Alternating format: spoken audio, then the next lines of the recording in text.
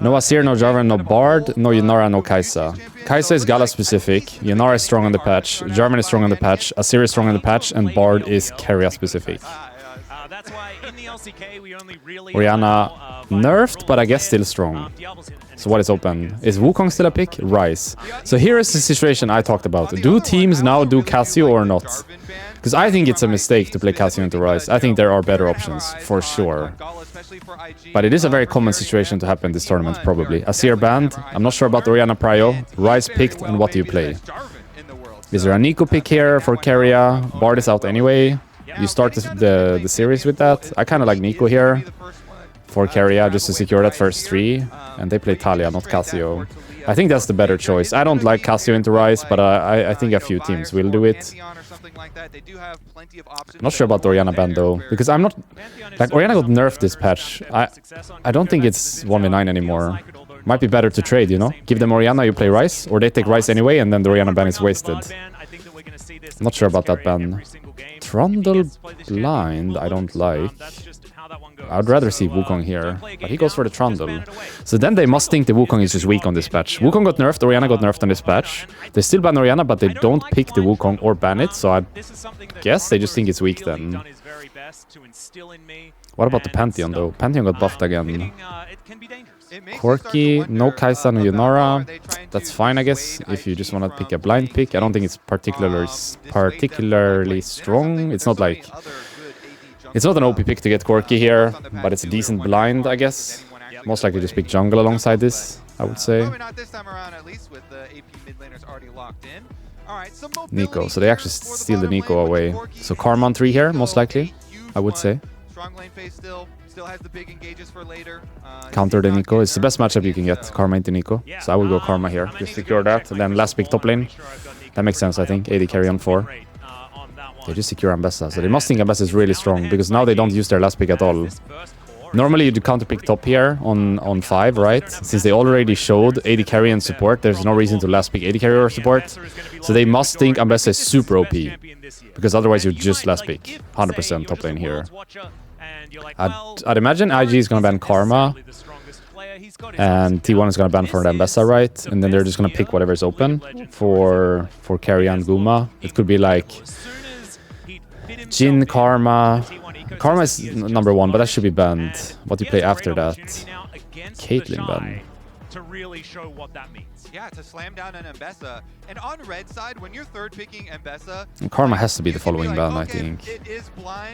And maybe here you ban a jungler. If you don't have one more top lane ban, you ban a jungler for the Trundle. Like, you could ban Pantheon?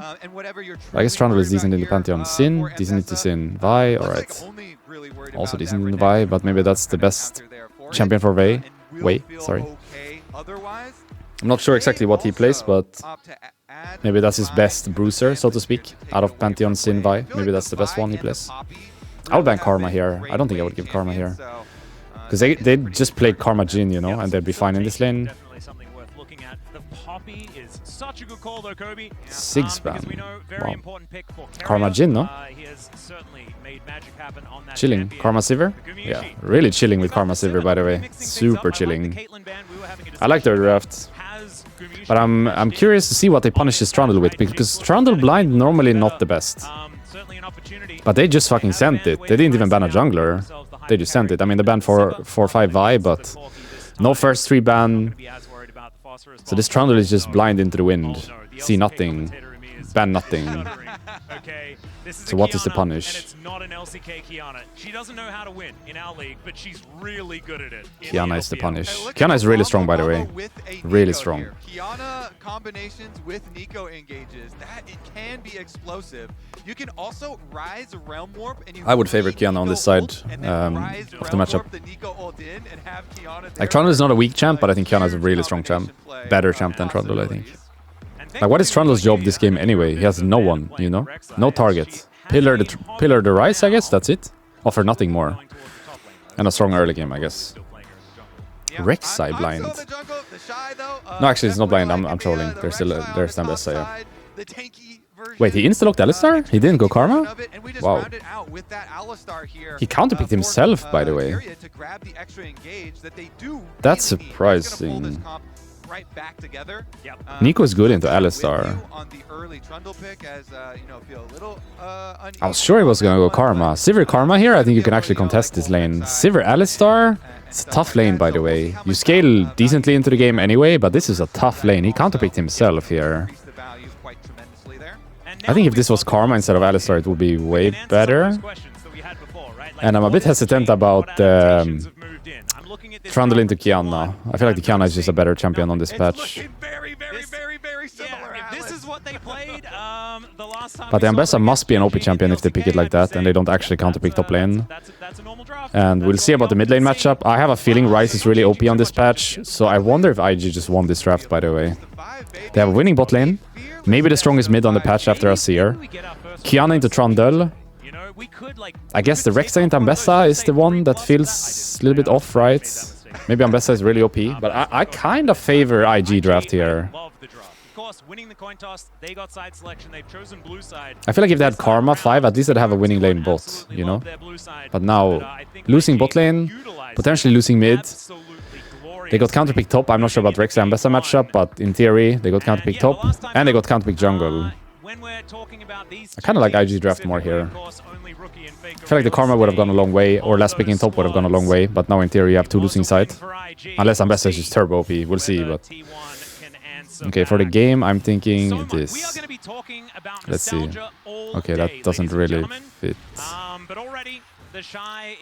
Would it be better like here?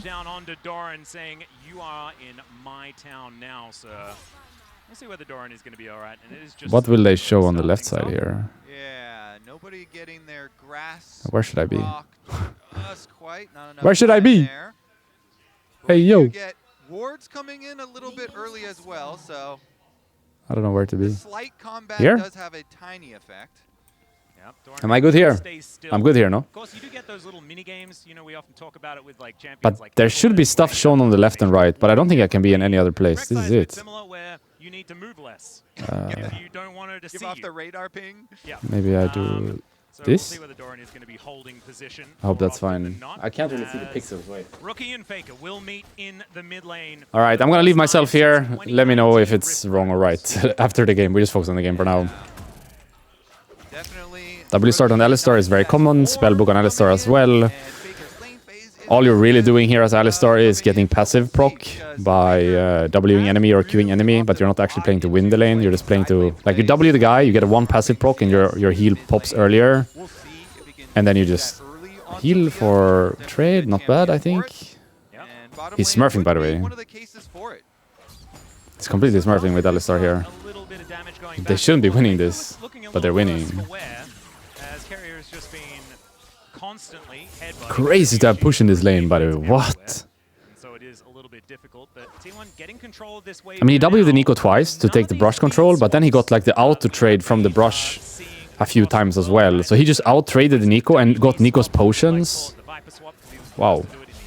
Comboing is good to get the passive stacks. It's not necessarily about trading, but it gives you a passive stack each time, similar to a minion gives you a passive stack, so you heal more often. It's good to just use the spells to get the passive stacks. As Alistar.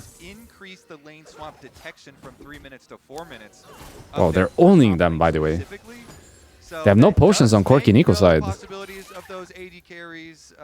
And they have push in his lane, which should never be possible. Less enticing, they're more dangerous because you have to play the bounce back wave, and there's also more time for junglers. We're good with this overlay, right? Everyone happy? We're good, right? Up there. But, you know, pro players do still love to cook ways to lane swap. Yeah, I think that lane swaps will always find a way. You've just got to stop fighting it. Just double jungle for a while. Or yeah. That's what some of the theorizing has done. However, well, what's the problem? What's the problem? Like, I'm trying to focus on the game. What's the issue? As the Shrine Doran, just what do I need to do? What do I need to do? What do I need to do? Pretty comfortable going down low. You're stressing me. What do I need to do? Can I not just focus on the game? Is there something wrong? Hello? Doran losing out on that trade pretty massively. Yeah, meanwhile, we had the what's going on? Can you not see? Can you not hear? What's the problem? He had to get chased off and go up for the top side Scuttle Crab. So he's going to be a little bit later on his I'm pick. Oh, it's confused not gonna now. matter too much, though. Does mean that Owner is first up to his Krug's side, up by top. Yep, Knowledge Rock there from the Shy as well. Getting towards that first plate. This Gumayusi, decent spell shield there. This looks more like it should, bot lane. This is how it should look from the start, you know? He must have done something really crazily good level 1. I guess it was just the 2 Ws into playing with Fog that gave them some kind of pressure, but normally you're not winning this lane as Alistar Sivir. Now it looks more normal how it's going. I can check Discord after the game, not right now. I saw I had notifications, but I can't open it on my PC, so I need to go to my phone, and I don't have time to go to my phone. I'm sorry. Right now, not possible. After the game, possible. Just farming up down there on the Sivir. Doing pretty decently for himself, getting his CS. We'll see about scraping together the rest of the CS under tower. But no big... If I open Discord on my PC, you cannot see the game anymore, so I can't do that. I'm sorry. I don't have time right now. And we're probably not going to expect too much craziness, at least until level 6s have been hit, unless Doran just goes ahead and dies towards the top side of the map, down to about 100 health, and will have to go back home. As now Faker in trouble. Rookie made his way back No flash in and mid. gets the flash out from Faker. Get out of my lane, he says. Nice punish here from Rookie, coming back on the teleport. Gets the flash No swaps yet either, but both top laners have flash. He's dead, no? Reset with ult. Yeah, he's dead. 1-for-1, I guess. Since Sivir is here. Mid swap, this happened. All in all, not too bad, I guess. Rek'Sai no flash. Sivir catches the wave. Ambessa gonna TP bot. Rek'Sai is probably gonna TP bot as well. Actually, Corki is walking bot, so he's just in a swap now. He can go for the kill. He charges it up there, up the Fury, gets the true damage on the bite, gets the ultimate to finish, and then into the waiting arms of Guma. So I feel like the Rek'Sai is better in the swap than the Ambessa is. It's interesting because Alistar is opening mid here with Trundle, so what are they really contesting here? They're contesting 3v3 mid? Taliyah no flash, by the way. Taliyah no flash. Taliyah no flash. Possible? Not possible. What are we contesting here? Mid prio into Drake? Sivir is top though. Interesting to be mid here with Alistar into bot side. So the Sivir is just laning the Rek'Sai 1v1. Is that possible? He's fine top, 1v1. I guess Rek'Sai has no flash, no ult, so maybe it's fine. But it's very interesting to keep the Alistar Trundle bot side here and play this with Ambessa bot side. Normally here, the Alistar would run top, okay, he's TPing top. That's why he was bot side. He has Spellbook TP. I see, I see. So he was always able to cover the Sivir at the same time as he was helping mid. That makes sense. Because normally he's top from the start, right? But in this case he was bot, so it didn't really make sense to me until he TP'd. Then it makes sense. He was covering everyone at the same time. Smart. Very smart. Spellbook TP. And normally AD carry is not able to lane top laner, that's why I was curious why he's not with him, but he was covering him with TP at the same time as he was helping the mid fight and bot side. Sound is a bit weird here with the game, but that's not on my end, that's the stream. The game sound is cooked, no? I hear nothing. You hear something? I hear nothing. Oof, we're out of there. Rek'Sai dead, no? No flash? Yep. Game sound is cooked. But we don't need that, we don't need that. 2-0 Sivir. I really liked what Keria did the previous base. He opened mid, helped bot side, and then TP'd top. He helped everyone at the same time. It was really insane. So Sivir is happy, Ambessa is happy, Taliyah is happy. Because if he just runs top, then Taliyah can die, and Ambessa maybe cannot crash the wave, and they just get a free Drake. But because he's mid into bot, he covers everyone, and then he TP's top. It was really insane, actually. Spellbook usage here. Grubs goes to IG though. But gold lead for T1 right now. I guess swap back to bot and play for Drake is the play. And Corki swapping top.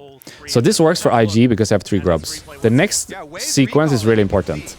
T1 most likely will get Drake, but if IG get a kill top and they take tower, they have the game, you know? So it's really important T1 get the Drake, but also cover their towers, because the 3 grubs makes it so they can lose a full tier 1 if they die. It's super important to follow the enemy now, as T1. You can't just trade side because the grubs makes it so much faster for IG. And if this is how T1 are going to win this game through Gumayusi, through their But Nico is Sivir, bot side, so they're then that's contesting the Drake. actually a lot of character That's also development from surprising, T1. because in theory, if Nico Kiana go top Really here, struggled with. and they kill the Something Ambessa, that they take full top tier we've 1, you know? spoken about extensively. They don't actually have to Is match enemy, playing because through they are the ones with the Gumayusi is grubs. not the way that T1 So I don't really like what IG is doing here. I feel like it should be more them trying to trade side and T1 following them around rather than IG following T1 around, because they are the ones with the grubs, so they don't actually have to follow T1 at all. They should be top with Nico here. It's so weird that Kiana is top and the Nico is bot. That makes no sense. The Nico has to be top here. We're on the wrong side with Nico here. Testing a little on the top side.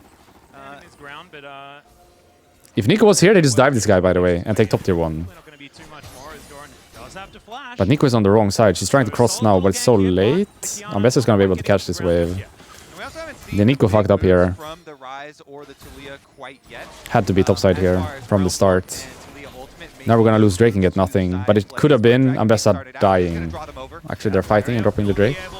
Rexa is still no flash, by the way. Still no flash. This guy is dead.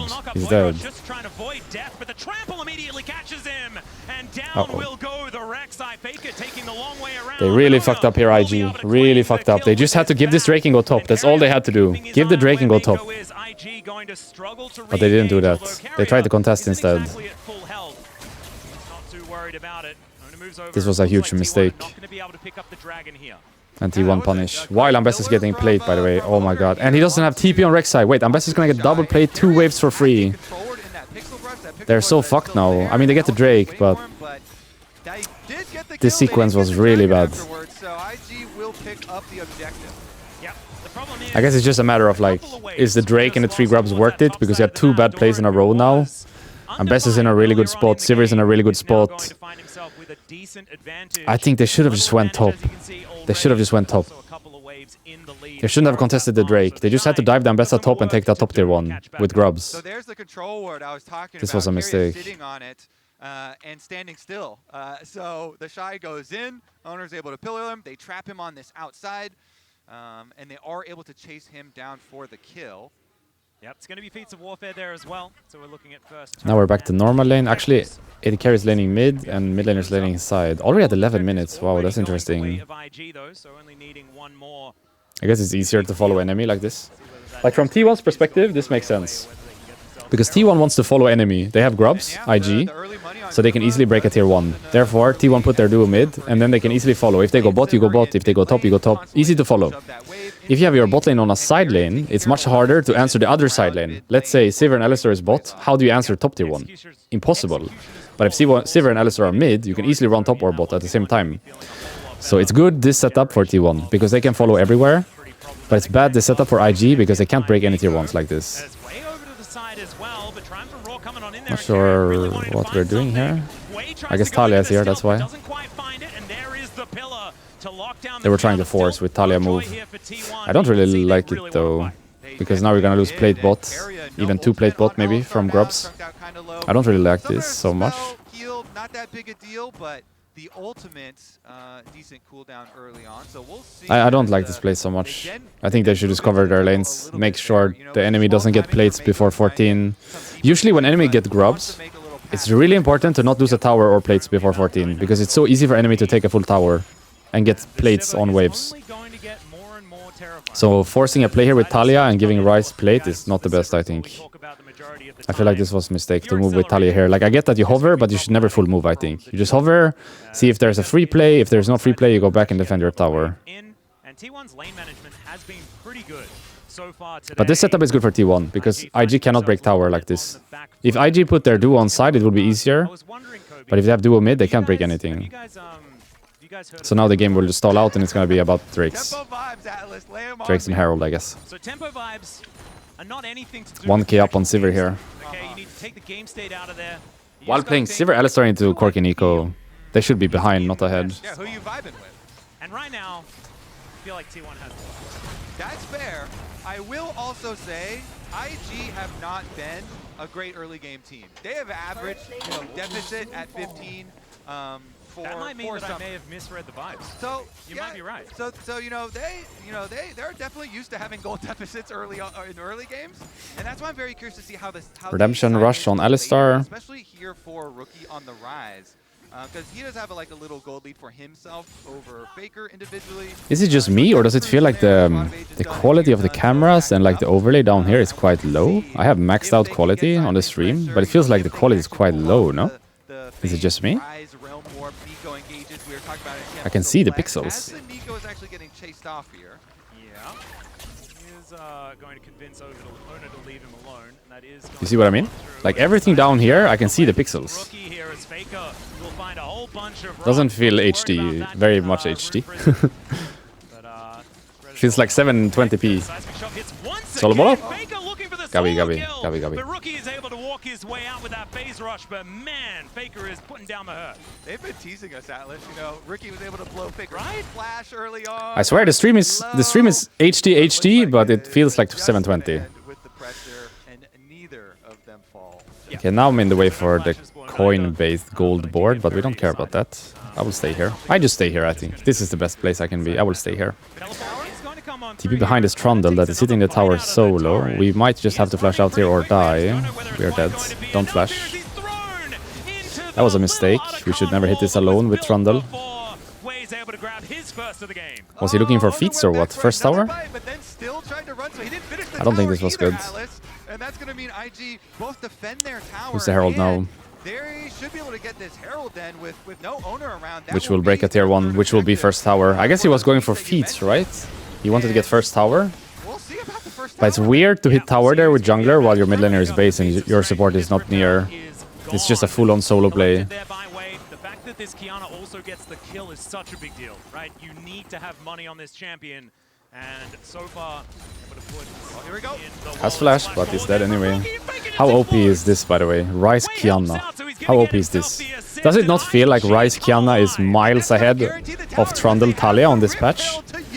Low-key tier 2 angle, by the way. Low-key tier 2 angle. I guess Nico is base, maybe not. Maybe not. If Nico was up here, low-key tier 2 angle. But now we just push the wave and go back, yeah. I feel like on this patch, Ryze Qiyana much better champions than Talia Trundle. Qiyana on this patch may be OP, by the way. Like maybe first pick worthy. I'm not sure what you can counter it with, but it feels crazy to get Qiyana into Trundle, I think. Because Qiyana is really strong on this patch, and that's also a good matchup, right? Should never blind Trundle, I think. On this patch. Or maybe in general, shouldn't blind Trundle. Also banned Vi instead of Qiyana, when Qiyana is a better champion than Vi on this patch. Yeah, they could also use Zed, to be fair, though. Like, Zed would do the same job, in all honesty. Maybe the problem is more so the Trundle blind, not necessarily what you ban. Because you could ban the Qiyana instead of the Vi, but you just get Zed then. Enemy plays Zed, then it's the same. We are flashing in. Drake is already gone, though. We're just playing for kills here. Like, we might get 1 kill on Nico, and that's it, right? I'm not sure if that's worth it. I mean, gotta do something, I guess, but I think we should act earlier than try to fight the Drake, because that's just 1 kill on Nico for a TP. It seems like T1 are a bit stressed when I'm watching. You had the Talia move earlier mid, trying to force really hard on the Nico. Then you have this TP here, trying to force really hard on the Nico. Then you had Trundle hitting the top tier 1, trying to force really hard. It feels a bit stressed, you know, the gameplay. We're losing mid for this, by the way. Our Sivir is dying for this. Is this worth it? Oh my god. This is not worth it. Can he trade 1 for 1 though? Gabi, nice try. I mean, maybe he can try to play more safe mid, but it's not easy, you know? You have 4 people showing bot, enemy has grub. If you ever try to clear the wave, you get Ryze ulted. If you don't clear the wave, you lose mid tier 1.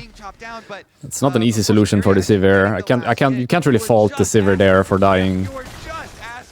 I think it's more so about making this bot play. Has flash this Nico. Could maybe get the flash here. Nice.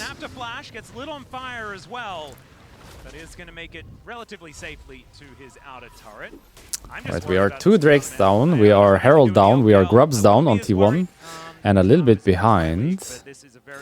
They are playing very stressed, making a lot of unnecessary play, I would say. IG are doing well though, if you think about it. They got all the objectives. Umbral already. Nico died for the Drake here. That's alright. I mean, the Rek'Sai died a few times. What is this? We have seen that What is burst this? damage coming in Hey! handy for-way for That wasn't me, by the way. That wasn't me. Getting some of those burst kills, especially on the side. That was on the stream. And 2 items That wasn't me. for Rookie at the same time, hitting that spike pretty early on in this game. This Rise is going to become a big problem later on in this I guess the game. Rek'Sai died a few times when he didn't have to. She didn't have to, sorry. So that's about it for mistakes, I guess. Actually, the one time they contested the Drake, which was when Rek'Sai died, and they didn't go for top tier 1 and Ambessa kill, I think that was a pretty big mistake. Or something they could have done much better, at the very least. But other than that, I feel like IG are doing pretty well, and T1 seem a little bit stressed when they're playing, making some unnecessary decisions, or plays in general. They haven't been in it at all. Yeah, the objective Kind of just fighting to fight, you know, a bit, instead of focusing on objective and playing the map. The control wards that T1 were trying A little bit to too get much fighting to fight, I think, slowly getting from pushed T1's out side here. so far. IG with the extra members around. Like, you got that kill bot tier 1, but you lost your Sivir's life for mid tier 1. They are going to get it, so the prize does come That's just fighting to fight, you know? Better to prioritize keeping mid alive. Weave as well now on cooldown, possibly some angles with the Realm Warp this time around. There's the other Same when Talia move and drop the plate to Rise. Just fighting to fight. Better to keep bot tier 1 alive. Worth mentioning as well that Doran is going Atakan is up, so to everyone have will a slowly advantage over move the here. guy. It's quite common for teams to put 4 people top and 1 guy mid. Normally, like, the top laners stop going bot side, and they start going mid, and then the carries stop going mid, and they start going top, and then everyone's just laning top. We'll see if that happens now, but Make that big difference, I think it will. with the Titanic Hydra rush, I think it will slowly turn into Ambessa, Rek'Sai laning mid. Okay, we're just TPing. We're just fucking going, by the way. Nico no flash, Nico no flash. Nico is the one. So overforced. It's so overforced. We don't even have the wave setups for this. Isn't it better if Ambessa starts laning mid first? Are we just gonna hit this? Oi, oi, oi. And T1 are just going to back away. so they go for the exact, teleport play that we're looking for, Atlas. Like, I get that you're looking for this play, but isn't the timing better if you wait a bit? Imagine you push top with 4 man, you push mid with Ambessa, and then you start it, and then you TP. You understand what I mean? Like, the TP play in itself is not bad, but the timing is not the best. You don't have any setup for it, you don't have the waves in place for it. It's easy for enemy to run out, but if you hit the Atakan and then TP behind, it's much easier to make a play. It feels stressed when I'm watching it. It feels like they're making plays when they don't have to, or they're making the plays too fast. If they just wait a little bit, the timing might be better. And they are just starting it now. But they still have ults, no? Only Alistar no ults. Can still fight this. Sivir is a bit late. Gotta go through top lane, no? This Alistar is free kill, by the way. We don't have ult on Alistar, be careful. We gotta go through top lane, I feel like. We're just walking in. We're just flipping this? Flashing in. Who takes Atakan? Trundle got it. Alistar is dead. Rise might 1v9 this, or? We still have flash on Rise.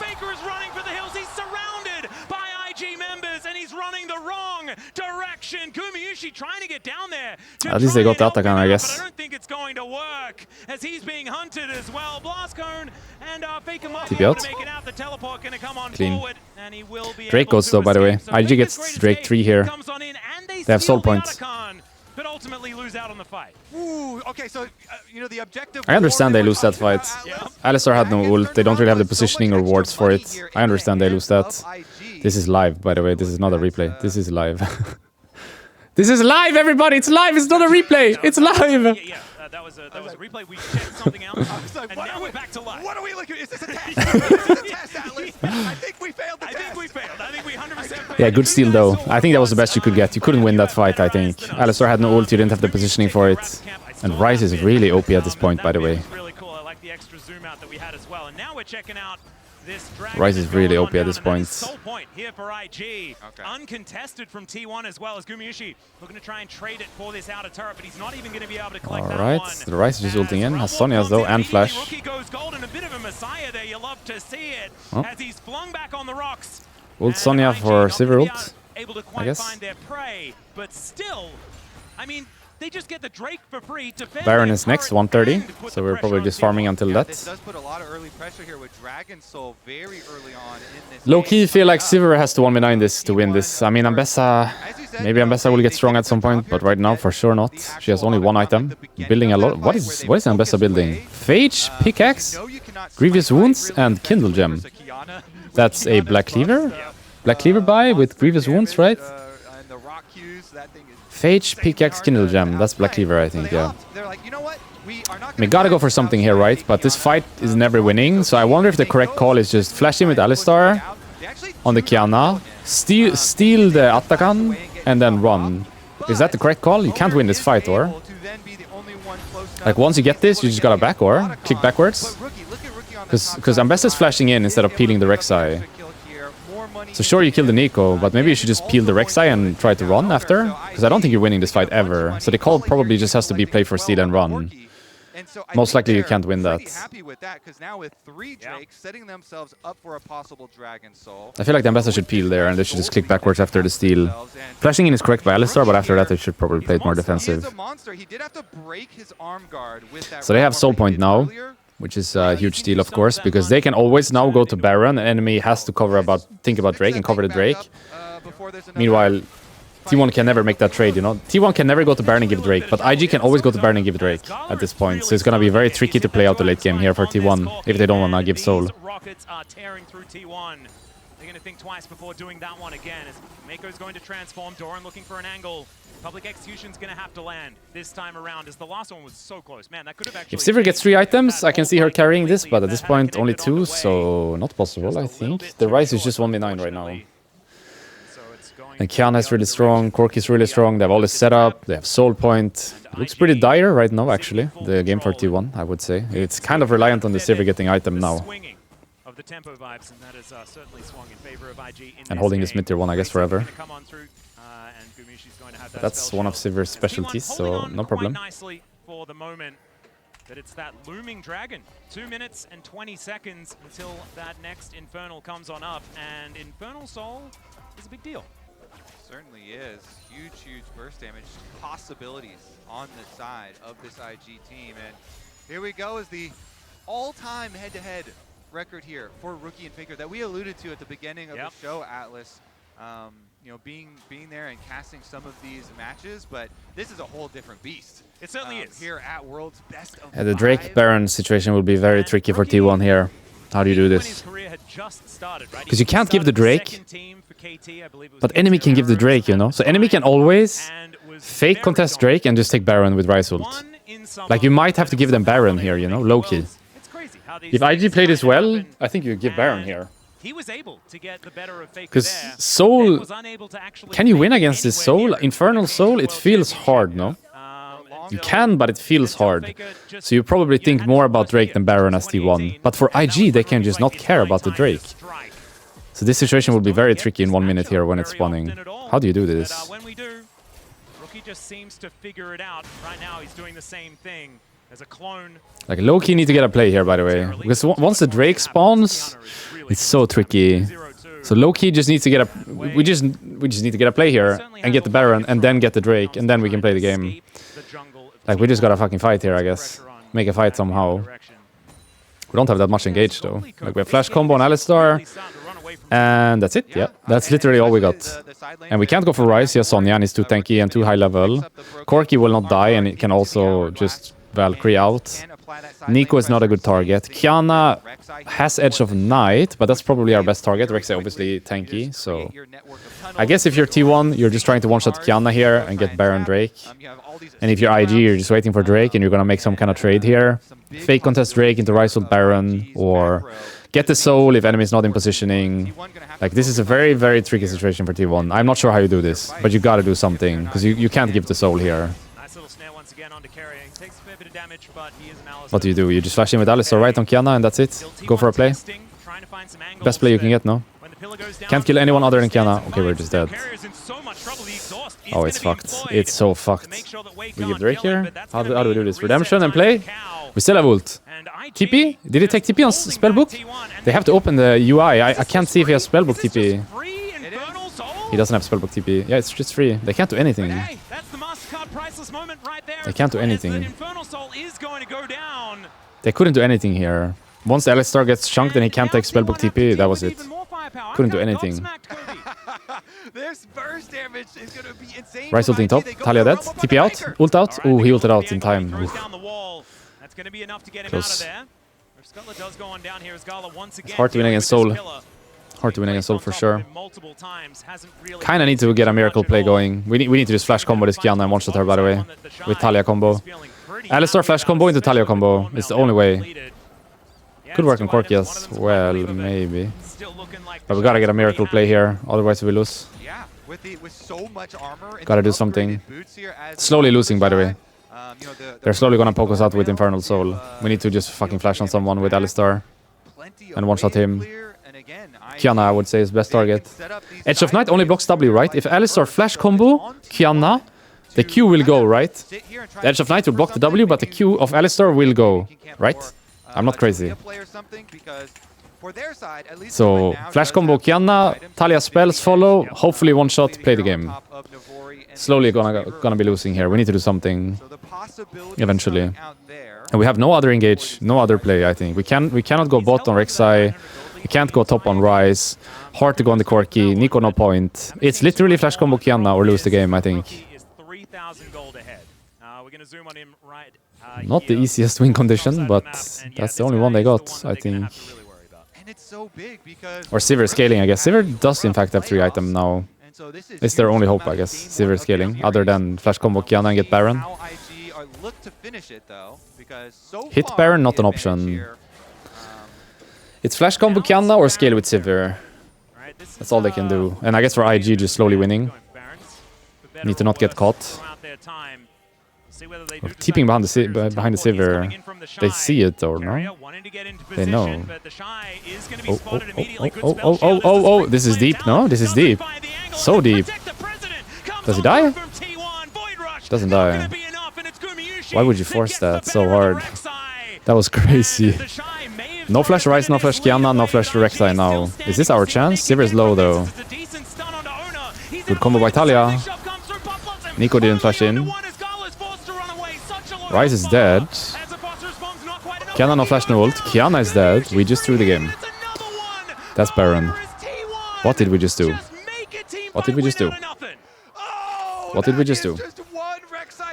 Why? Why did we do this? Like, I get that you TP behind and fish a bit, but you never dive that guy without minions. Never. And then you never 4v5 after. If the Rek'Sai ints, leave him, no? Leave him to int and play the 4v5. You can't fight like this. Ay. That was a big throw. I actually kind of understand the TP behind. I don't like it, but I kind of understand the angle they're going for. They try to flash in the Sivir, she flashes out. You have to leave her. And if Rek'Sai ever commits that, this is live. This is not replay, this is live. If the Rek'Sai ever commits that hard, you just have to let him die. If enemy starts Baron as 5, you're still 4 and you can play the game. But you never go for a 4v5 fight. You just 4v5 contest the Baron. That's all. What is happening with the stream? This is the replay, yes. Like, the Rek'Sai is inting here for sure. But once the Rek'Sai ints, I think you still have a play as IG, because Sivir is 1. So if they ever start Baron, you can just play the game, right? I don't think you go for a 4v5 fight here. I think you just let them start Baron, and then you play the game as 4v5. I don't think you ever fight here. I mean, it's good Talia combo, to be fair. And the Nico didn't flash in here, which she had to. I'm not sure why the Nico doesn't flash ult there. Does have flash. It was the only time she could do it. What a throw that was. Let's see how much they can get with the Baron. This is going to Elder now, by the way. They're not ending on this Baron. This is going to Elder. It's an Elder game now. Anything can happen. They're just gonna maximize resources on this Baron push, and then they're gonna base, and they're gonna set up the Elder, and they're gonna play Elder. They're never playing to end here. Never, never. 3,000 gold lead back in the favor of T1, as now they're looking for even more. The Pulverize only connects onto one Supreme. They're looking for picks, but they're not looking to end. I don't think they're gonna play for end here. They're just gonna go back now and play Elder. That's it. Maybe take the inhib and go back. We're going in. Alright, the Nico got caught.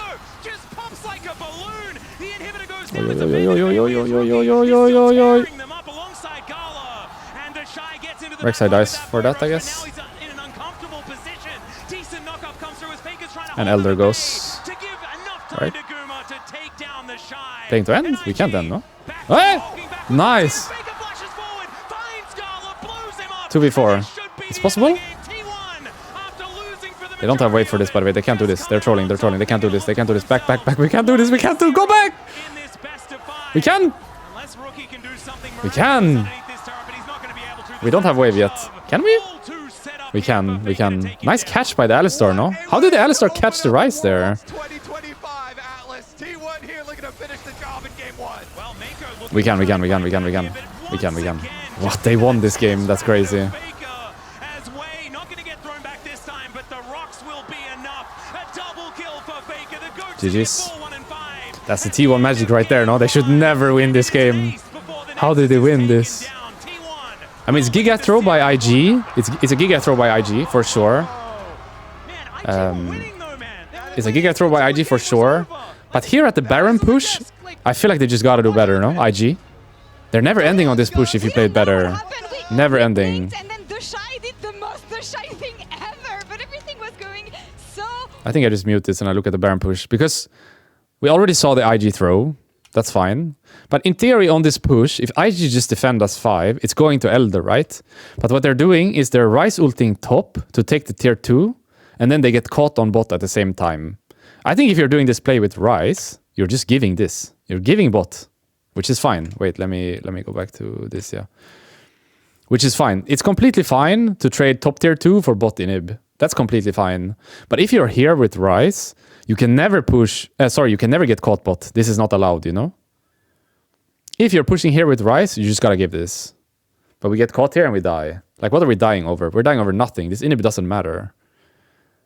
So, the throw here we already saw. Let's watch this. We get caught here, and now our Nico dies. It's still, in my opinion, easily savable, this game. Look at their HPs, look at your 4-man.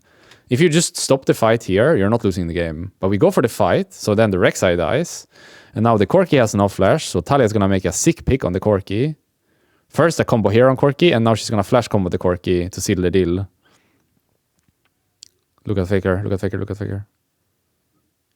And now, somehow, I still think it's fine, but the Alistar gets in range of the Rise. How does the Alistar get in range of the Rise? In theory, it should not be possible, because Rise movement speed, Alistar movement speed, same. So how can the Alistar get in range of the Rise? How? How is it possible? Does he just walk up to him? No, he ghosted? Why does the Alistar get in range of the Rise? Ghost?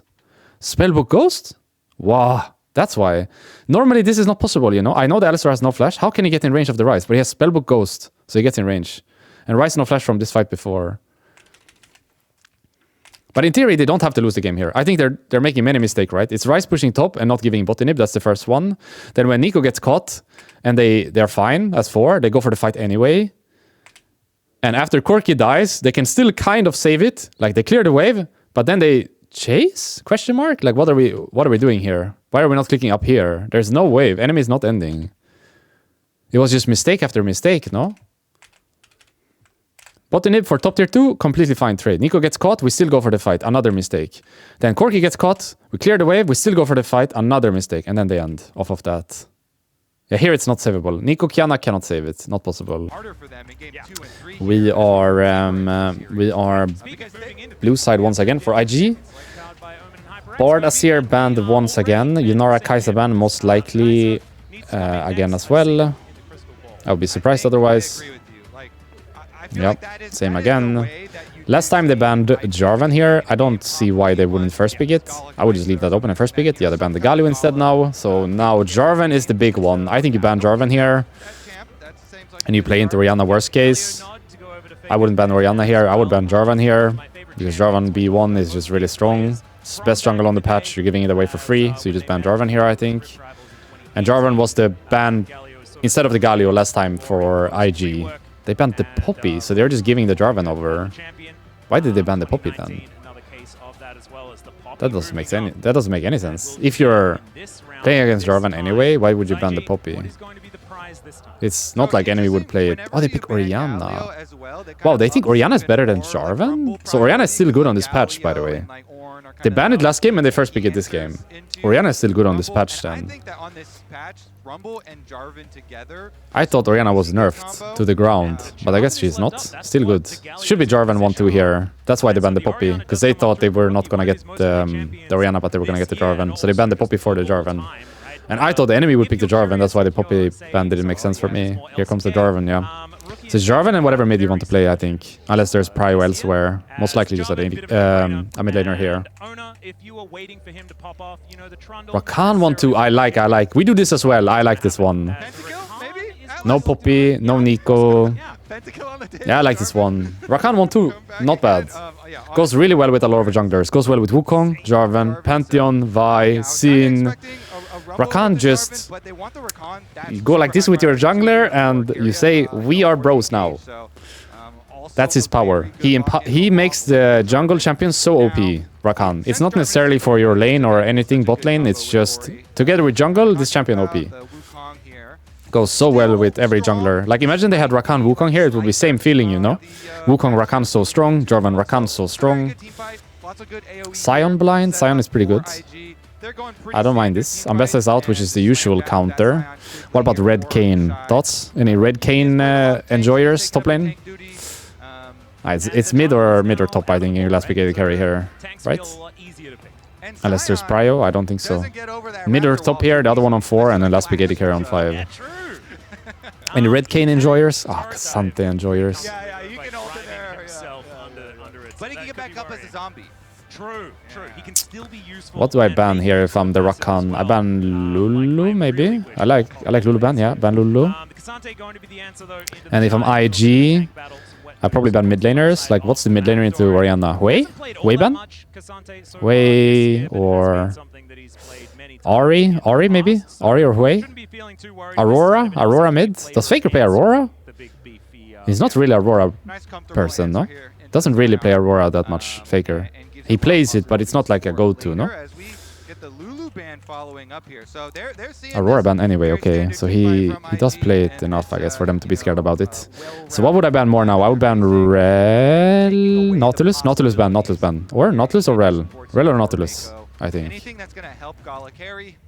Bard is already out, Nico is out, Lulu is out. It's it's Rel or Nautilus ban here, for sure, I think. Or an AD carry if you need. But maybe you don't need, since you're counter-picking. Braum ban? What? Rakan is good into Braum, by the way. Are they that scared of Lucian Braum? What? They must really respect the Lucian Braum there. Because Rakan is good into Braum. So they banned something that they already are good against. Wow. That's surprising. Yeah, you should probably ban Saya here, no? Saya Rakan? For sure. Yeah. And now you pick mids. I would say Wei or Ahri. LeBlanc? Any LeBlanc enjoyers? Nah, it's Wei or Ahri. I like Wei. We have a really good composition with double tank and Rakan. Akali! Hey, yo! I love it even more. Do it. Victor is alright. Victor, Ahri, Wei. Akali goes hard though. But you don't see any AD carries. You could pick something safe. He goes for it anyway. Wow, he just fucking slams it. Sick. Okay. So now it's AD carry and support missing. I would say Nautilus or Rel. I don't like Kate into Akali. Kate into Akali is suicide, no? No. Cannot be. Cannot be, no? Can? What? Caitlyn Karma into Akali? Are you sure? Are you sure about this? I mean, it's a good matchup bots, but are you sure about this? Aren't you just giving Akali free kills here? Also, playing this into Jarvan seems scary, no? Playing Karma into Jarvan? Aren't they just free kills for enemy? Rakan, Akali, Jarvan into Caitlyn Karma. I feel like you just kill them. You run over them and kill them easily. I like it for lane, but I don't really like it otherwise. I don't think it's good for the game, by the way. Caitlyn Karma here. You're just gonna get run over. This is not good for the game, I think. You're just gonna get run over. What do you go here? Jhin? I like Jhin. Ah, there's a Sion though, but they have squishy support. Squishy mid, squishy AD, squishy jungle. I think Jhin with boots and 4 pots. Maybe best. drive a train really far away. Misfortune. Could be a little bit of a problem, but we'll see. I like Jhin more. I guess you have BT at least with Misfortune, so with Jhin you would get to sustain early from the potions, but with Misfortune you get to sustain when you finish your BT. But either way you have sustain. I think that's the key. Have some kind of sustain into Caitlyn Karma. She'll be really strong with BT here, you know, into poke, into Caitlyn Karma. Caitlyn Karma basically does nothing to you once you get BT. Want to have a Kali side lane versus Orianna or something like that. And I mean, they have a really good bot lane. IG have a really good bot lane, stable top side. But it's all about bot lane in my mind. Like, if Caitlyn Karma does really well and gets ahead of the curve, they can win this game. But if they're by any means behind or even, they just get run over, I think. This is all about bot lane this game. But it's a very good matchup. Caitlyn Karma into Misfortune Rakan. Caitlyn Karma hard wins, by the way. Low-key, run 5 people bot, I think. Run 5 bot in this contest, no? I think you go 5 bot here and you contest the vision as much as you can. Could even start enemy jungle. What do they have? Jarvan, Misfortune Rakan, Wukong, Caitlyn Karma. Can you start enemy jungle this game? Maybe not. But you can definitely go 5 bot level 1 and try to take space and wards. This is possible. On the ropes, but they did demonstrate that they could get themselves into winning positions. They had tempo vibes the majority of the game. That's the last I'll mention it. I apologize. I'm a little bit obsessed. But this is something that IG now know that they can do. And they're going to have to knuckle I like T1's comp more. I think the Caitlyn Karma was a mistake. They're running bot here all together. Swapping scene. There you go. We say all the marbles quite a lot. And they're running bot all together. I think the Sion is warding for them bot. Pay attention to the minimap, yes. The Sion just warded for them bot. So Caitlyn Karma still have their trinkets to play the lane while they still have a ward in lane. This is a very common trend when bot is Armageddon. You just send someone bot that don't need their ward to ward the lane, and therefore you still have this yellow trinket up and this red trinket up instead of having to use one for the lane. Someone else does it for you. So Caitlyn Karma starts the lane with everything up and a ward in the lane. Situation cannot get much better than this. Going to sepia mode momentarily. That's exactly what is happening here, and we'll get it sorted out as soon as possible. It's so interesting because I think they are gonna swap out of Caitlyn Karma. Oh, sorry. But it's every time I accidentally open something else. Yeah. This is the thing we talked about. Is this going to be the scuttle thing? Like, are we going to be sticking around and hanging out with our jungler until grubs and stuff like that? Like, is Kerry going to be level 1 all game? I will say, even if he has to play the pushback wave, like Sion's not that scary. I will check the ads actually. We are good, we're good. For 37 minutes we are good. I think this game we're good, but right after this game, if I don't remember, please remind me to play ads, okay? And then we should be good for the games. We should be good for this game though, if this pause is not too long. Because this is the first time out, and if it does work, and T1 gets off to a great start, it may shape things to come. See, Alec, that's why we brought up the topic really early on in game number 1. You gotta ease people into it. You gotta let them know, hey, you know, this could happen. Possibility. Is it possible for T1's bot lane to win this lane as well? Like, how did they do well level 1 with Alistar, Sivir into Corki Neeko? How is that possible? I almost feel like I have to rewatch it at some point and just see how that happened. No. Oh, yeah. Nope. So, I would just prefer not to do that. But we'll see as well. You know, there are also early. Like, I can see the Alistar on Jarvan has been an absolute terror, being annoying with W, but I can't see the Alistar getting pushed in this lane or winning trades. That makes no sense. Because Neeko just autos the Alistar on repeat, and if Alistar ever goes close, she just clicks backward. How can it be that the Alistar is outdoing the Neeko, but the Neeko is not outdoing the Alistar? Something crazy must have happened. I need to rewatch that level 1 later. How did he get pushed in that lane? Alright, let's see how they do bot lane this game. Because it's a very tricky bot lane. They solved it last game, but I'm not sure how they solve it this game. How do you do this? Do you cheese gank with Jarvan actually? Low-key cheese gank game, by the way. Low-key, we need to... Oh my god, the 80 carries laning top. It's K'Sante bot. K'Sante Rakan into Caitlyn Karma and MF into Sion. Holy shit, we're doing this still? Really? Supports cannot go top until 4 minutes, you know? Fuck, this is still in the game. I was really hoping this would not be in the game. That's so annoying. I was really hoping this was not in the game anymore. What a shame having to watch this. So how do they do this? The Jarvan invades bot side without prio on a ward. Ay. Rakan cannot go top until 4 minutes, so let's see what he's doing as well. Like, MF is alone until 4 minutes, no matter what. And they can't lane bot, I guess. Like, the K'Sante has 0 CS still. Rakan has 0 as well, so they're not farming a single creep yet. Sion is farming a little bit into MF. Wukong's on Wolves, I am fine. Because even if Wukong is skipping Wolves and running here, There's no way they die to bot gank, no? No way. They know he's behind them. Like, you know what? For sure, Wei just did Wolves. There's no way Caitlyn Karma died to this. They know the Jarvan is there. I guess the plan is to hard lose bot and then gank from behind with Jarvan. Yeah, that's the plan. The plan is put K'Sante bot, they're gonna push in, and then we gank with Jarvan level 3. We're ganking bot, by the way. Because they know it's split. Okay, yeah, they're fine.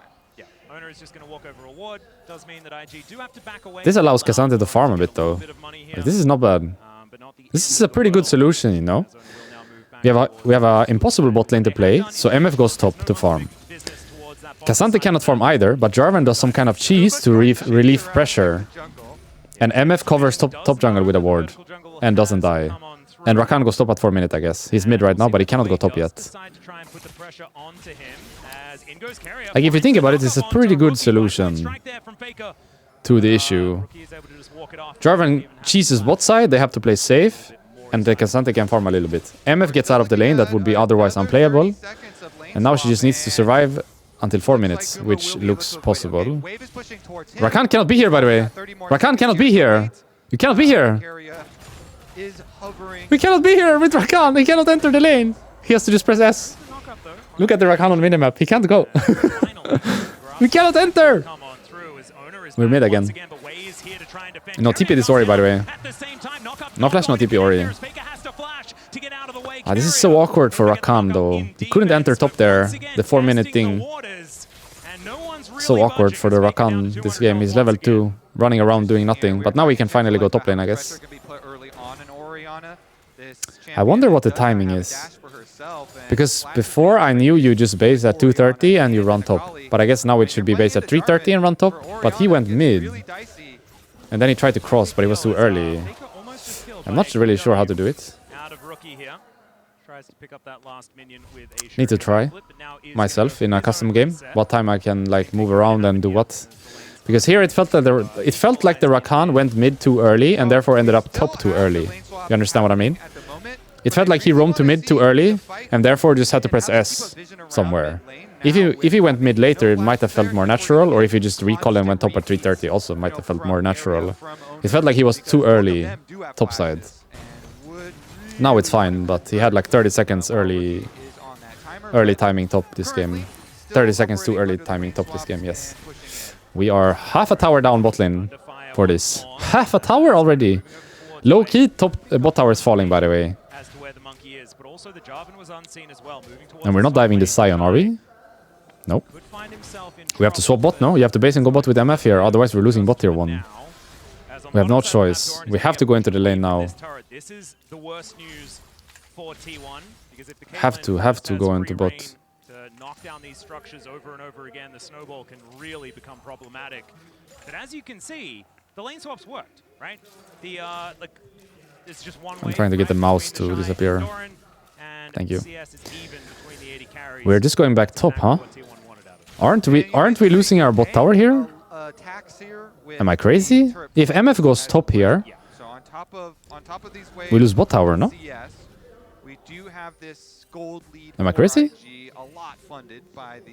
Doesn't this Caitlyn and Karma take bot tower now? Or is the K'Sante already too tanky? Is this just K'Sante champion diff or what? Can he 1v2 the lane now with this item? He still has TP as well, I guess. Just to make sure that they have as much free reign to push as they can. Exactly. And it's all about this bot tier 1, by the way. We're not killing the Sion, and we're not hitting top tower with MF. So it's really important we keep bot tower alive, I feel like. We're losing Drake here as well.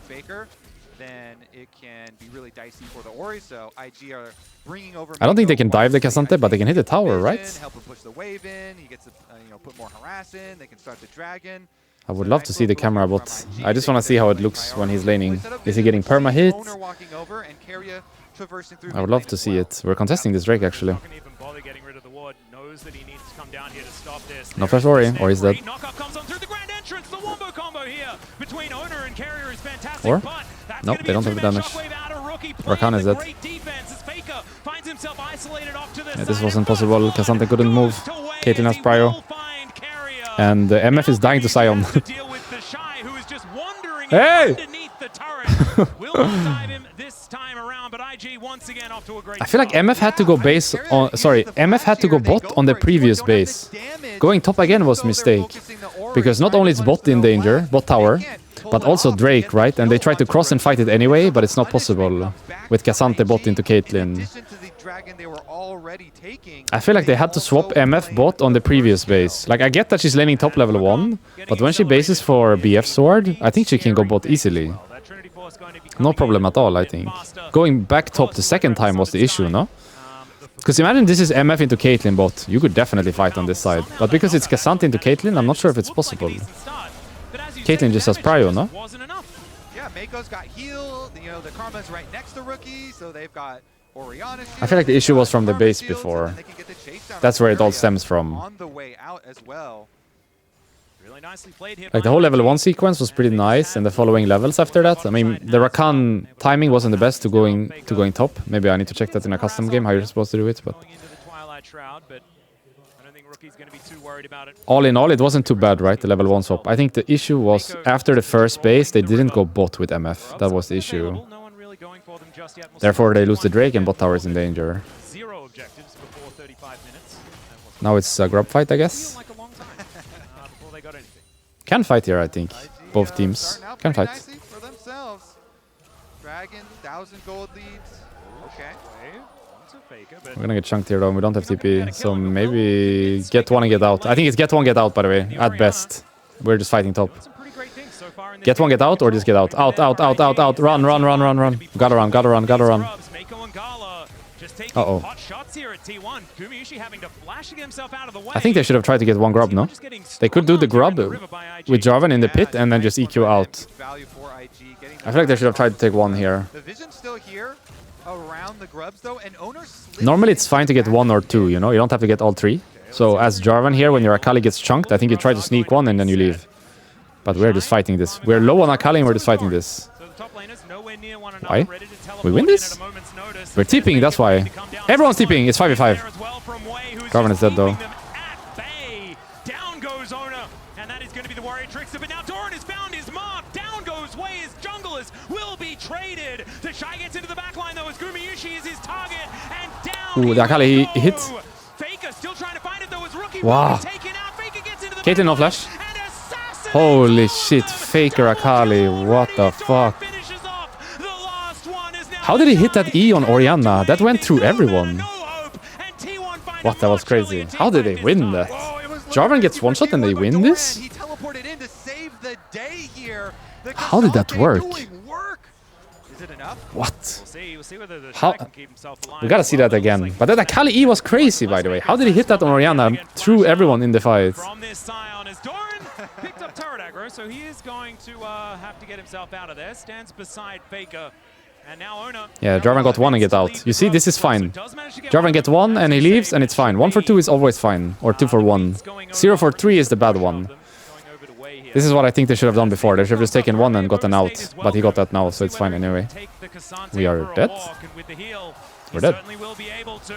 Uh-oh. Double buff. I really want to see the fight again. How did they win that? The Jarvan was one shot? And they still won it. I guess it was just Akali K'Sante. Hey, yo, replay. Hello? Replay? There's nothing happening here. Replay, replay, replay. Hello? There's nothing happening here, guys. Can we do the replay? Nothing's gonna happen. Anio? Anio, replay? We're not killing this Sion and he's not killing us. Can we just watch the replay already? No replay. Do we do our own replay or what? We can just rewatch it later, I guess. We can just rewatch it later. But I really want to see that fight again. Because in my mind, it's not really winnable after the Jarvan gets one shot. They must have smurfed it like crazy to win that. I mean, the Akali E hitting Orianna through everyone. I don't even know how that is possible. Are we 1v3ing this side? What is happening? Huh? What do you mean? What do you mean? 1v3 weak side? Alright. Top laners were feeling pain in the beginning, but K'Sante champion. K'Sante still has an effect. Okay, well, Nice champ. exactly having the Nice champ. times, but the Shy also not really Here comes the replay. Okay, so original issue, I think we didn't do one and got like Akali got chunked mid. We should have done one and we should have gotten out as T1. Now Jarvan gets one shot here. How do we win this fight? What does the Akali do to win this fight? How is this possible? Akali flash ult, forces the Caitlyn flash, comes back over onto the Orianna and hits this E. What? And goes through everyone, kills the Ori, plays it, kills the Karma, plays it, kills the Caitlyn, and doesn't die. What? It wasn't even full item Akali, no? He had like a component only. I'm pretty sure he got Proto Belt after that fight. What? How did that E hit the Orianna? That was crazy. Playable? Caitlyn no flash. Karma no flash. Double redemption. It's playable. Wow. Do you see what I mean? If you're playing Caitlyn Karma in slightly losing game state or slightly even game state, you just get run over. Zero counterplay to this, right? I feel like when you see Jarvan, K'Sante, Rakan, Akali, you cannot pick squishy champions. You need to pick tanky champions. It needs to be like... I mean, Saya was banned, Kai'Sa out, Corki not available. But let's say you drafted Ezreal and Rell, or Ezreal and Nautilus.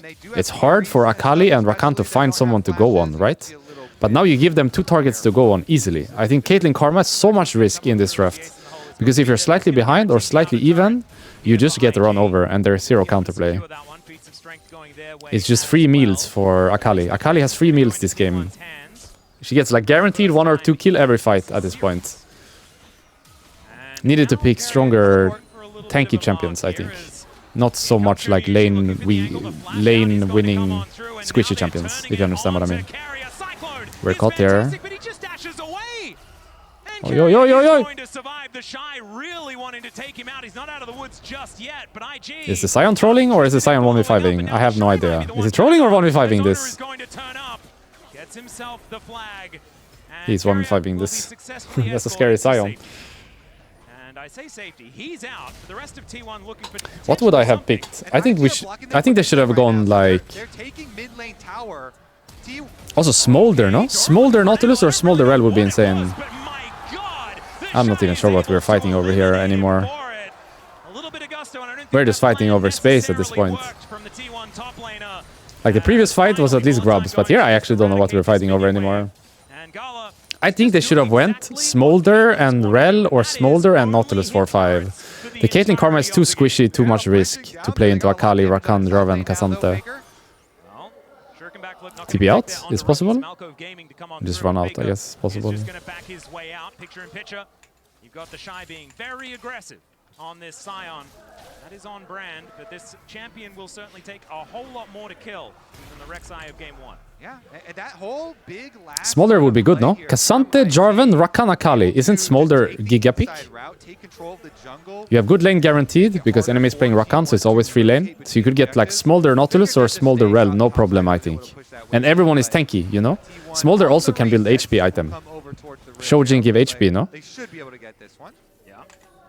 Should go over to them. We'll see I think Karma Caitlyn too squishy, too much risk. If you're slightly behind, slightly even, cannot play the game. Would have been much better with like Smolder Rell or Smolder Nautilus. Also good matchup anyway. Anyways, enough about that. We can still win this game as IG. Still winnable. Just hard to play the team fights, I feel like. Have to smurf, you know, kind of. If you get hit by Rakan ult, you get hit by everything else. Or if you get hit by Jarvan ult, you get hit by everything else. Or Akali goes in, you get hit by everything else. It's hard to play, for sure, this one. course, this is T1. They've made the magic happen before with other comps. It's now Mako off to the side. Way looking for an angle as Rookie clears out that turret. Can fight this, no? Missed the W though. Good shockwave. Gotta run, gotta run, gotta run. This is 5v4 by the way. Sion is not here, but we're losing anyway. Wow. That was a good shockwave, to be fair. Wukong and Orianna looking pretty good. So Wukong is still good and Orianna is still good, I guess. Both of them were nerfed on this patch, so I thought maybe the prio went down, but apparently they're still good. Or at least that's how it looks right now. It's only one game, so it's of course impossible to tell if they're like good, or just fine, or OP, or weak. It's impossible to tell with only one game. We are invading enemy jungle while our team is in base. Where are we? Where are we? Shouldn't be invading at this time, I think. But I guess that says itself. But it looks like this Sion is really reaching that mortality stage. I mean, the IG comp is so much easier to play, so much better in standard. But if Orianna and Wukong are still good, then that means you can trade Jarvan Wukong in games. That means you probably should trade Orianna Ryze as Seer in some kind of way, right? Because now they gave Ryze first pick and then they gave Orianna first pick. But it would have been better to trade the first game, for example. Give the Ryze, play the Orianna. Give the Orianna, play the Ryze. Instead of them getting one and then another one. You understand what I mean? Trade 1 for 1 instead of them getting 2 for 0 over the course of 2 games. And maybe Jarvan ban no point if you can play Wukong into Jarvan. He can work as that engage because this is a Karma composition, right? You have just inherently less abilities to start fights without having that engage support towards that bottom side of the map. So the Shy going to be encouraged to try and make these plays happen and be that front in the front to back like you were talking about. As IG settling back into a little bit of a farming position until we get to the 20-second mark, as this Drake is going to be spawning. Mountain Soul this game pretty ahead. well. 3k gold lead. Certainly terrifying. I don't think T1 ever want IG to get any of those. Can we fight at this point as T1? Hard, no? Can? Do we have damage for enemy team right now? They have to, like, their comp's harder to play. They got to get, you know, some more bursty-looking kills, some good flank angles. I'm not sure if it's possible to fight right now. From them to get some assassinations off. But here we go. So we're gonna try, it looks like. For IG. They ward all of the river here. Control wards are down. They start up the dragon. I'm not sure if this is possible. Akali has flanked though. Keep the Akali in mind. You don't see her right now on minimap, but she's behind the Drake pit. Next to Karma almost. Look at Akali, look at Akali. Karma Scott. Karma Scott. Karma's dead. What? We didn't do it? Wait. Wait. And already out of the fight is Mako. The ulti comes on forward, but Faker doesn't find the backflip. And Bullet Time gets no joy as well. Dora now out of the fight. I feel like they misplayed this. That was winning from this positioning. Just gotta kill the Karma there, no? Karma is free kill, and then play the fight after 4v5. 5v4, I mean. That was winning for T1 if they just played that better. The positioning was really good. But they let the Karma live, and the Jarvan went in at the same time for someone else and died. I think if they just use anything for the Karma, like let's say Rakan ults for the Karma, or Akali ults for the Karma, and then they play the 5v4, they have a chance of winning this. But it's awkward for me that Akali is killing the Karma, and Jarvan is flash ulting and EQing enemy carry. You see what I mean? Like if they just kill the Karma and they save the Jarvan spell and Jarvan HP, they could just play it after with everything up. The timing to go in from owner wasn't the best. I think they should just kill the Karma there with Akali and then play it from there. Kind of awkward to flash in at the same time as she's focusing the Karma on the left. Had to use, I think they should use Rakan ult or Akali ult to kill the Karma, and then it's 5v4, Jarvan has full HP, all the spell up, and then they send it at the same time, you know what I mean? You take out the support and then it's 5v4, and you play it after that. It was kind of awkward that they split target like this. Would make more sense to take the free kill, I think, and then play the fight after that. 2023 World Finals as well. Now another chance for some revenge. See whether he's going to be able to find it right now in this game. Looking pretty good as they're up 3.5k gold to try and even out this series. Arakan up once again though, and T1 were down in the last one. see whether they can turn this one around. I do think it's a different story though, Kobe. I feel like this is going to be 3.5k ahead. a more difficult composition to pilot back into a winning spot. MF is winning with BT into this. We're tipping behind. We're just fucking going. Okay, Ona going aggressive onto the enemy jungle. Going on Ori. Ori no flash. We're just diving, by the way. Kazant is behind. What? Solo kill. The goat is going to be able to find it as Doran goes all out against Wei. He's now in trouble, and oh my goodness, was that a cast of curse or a cast of blessing? I'm not entirely sure, but the other We still have redemption on Rakan, or did we use it? We used it, right? But he just solo killed him like this. Has Rookie Alright. down for another 27 seconds.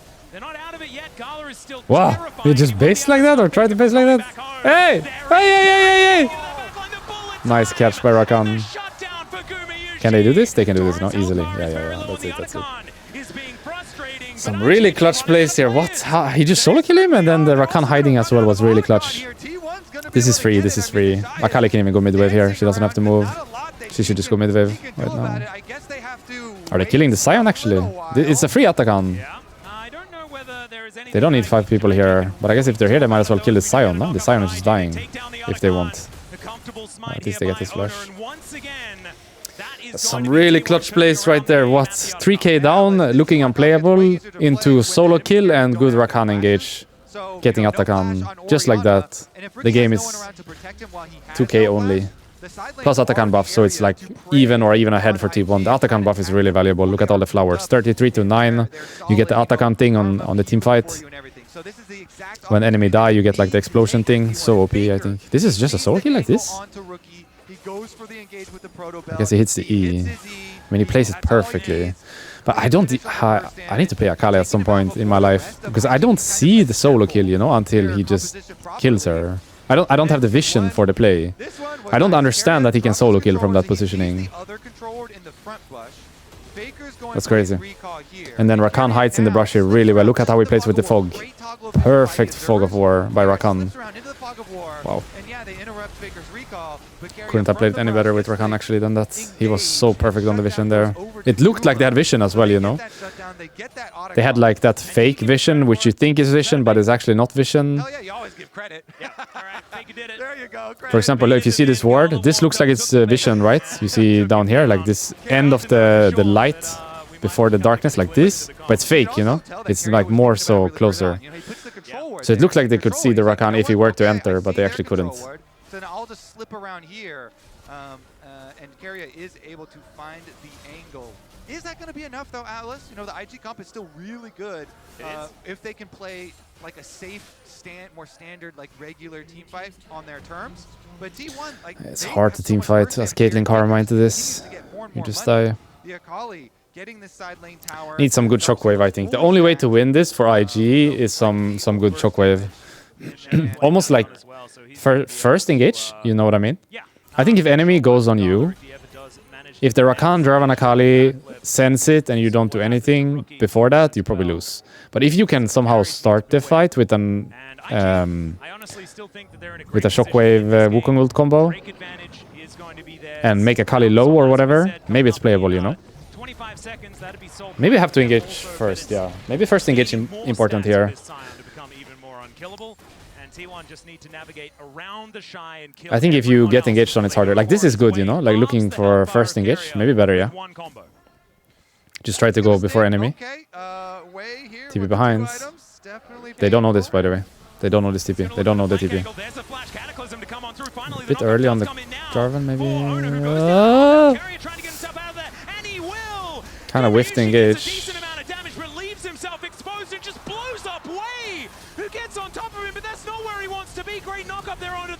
Kazant play. That looks playable for Caitlyn. That looks really playable. How do they win these fights? Crazy. It's a difficult comp to make work, but the world champs looking pretty good with it. They scuffed the engage, and they still won the fight. That is crazy. How did they win that? I mean, Caitlyn cannot play the game, by the way. It looks so unplayable for Caitlyn. of there. T1 want to get themselves this outer turret. What do you even do? Going to wear off, so they're going to have to take a They are engaging at you from like 4 screens away, and by the time you're actually surviving that, K'Sante will flash Q you and you die. What do you do as Caitlyn in this fight? Look at Caitlyn in this fight. We're 3-item Caitlyn, super OP. Okay, let's see what we can do here. We get flash ulted by Jarvan, we get EQ'd, then we flash ulted by Rakan, we flash that, and Akali is looking for us. We're kiting her really well, get her in a trap, kiting the K'Sante really well. Playing it basically as perfect as we can, and now K'Sante is gonna Q-flash me and I'm dead. I'm dead. Literally played it perfect as Caitlyn, and could do nothing. That's how unplayable it is. We couldn't have played it better, and we couldn't do anything. Unplayable.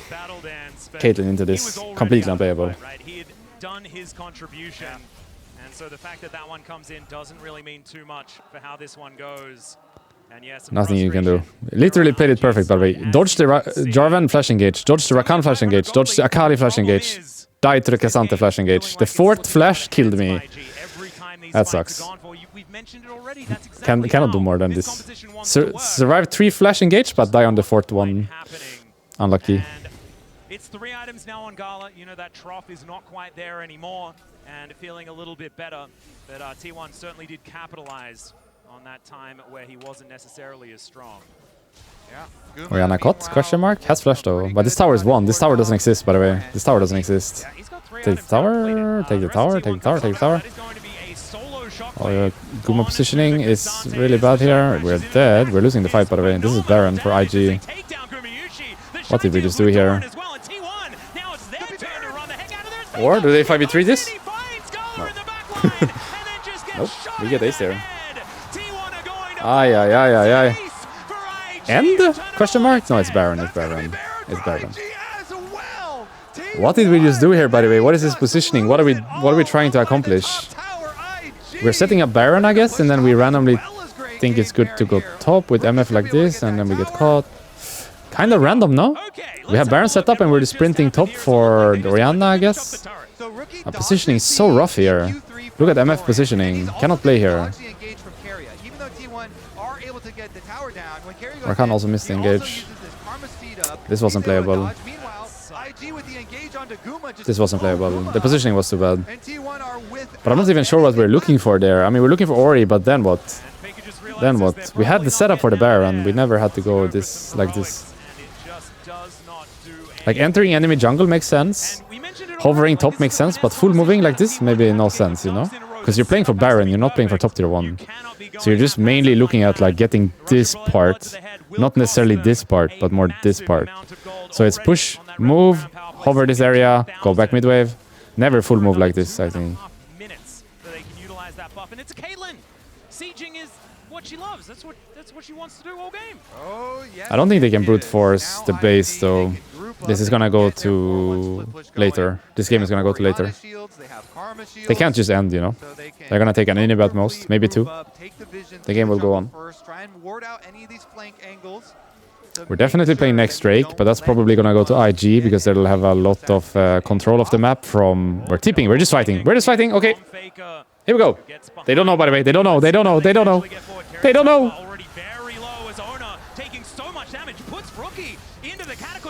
It's scuffed again. Is it?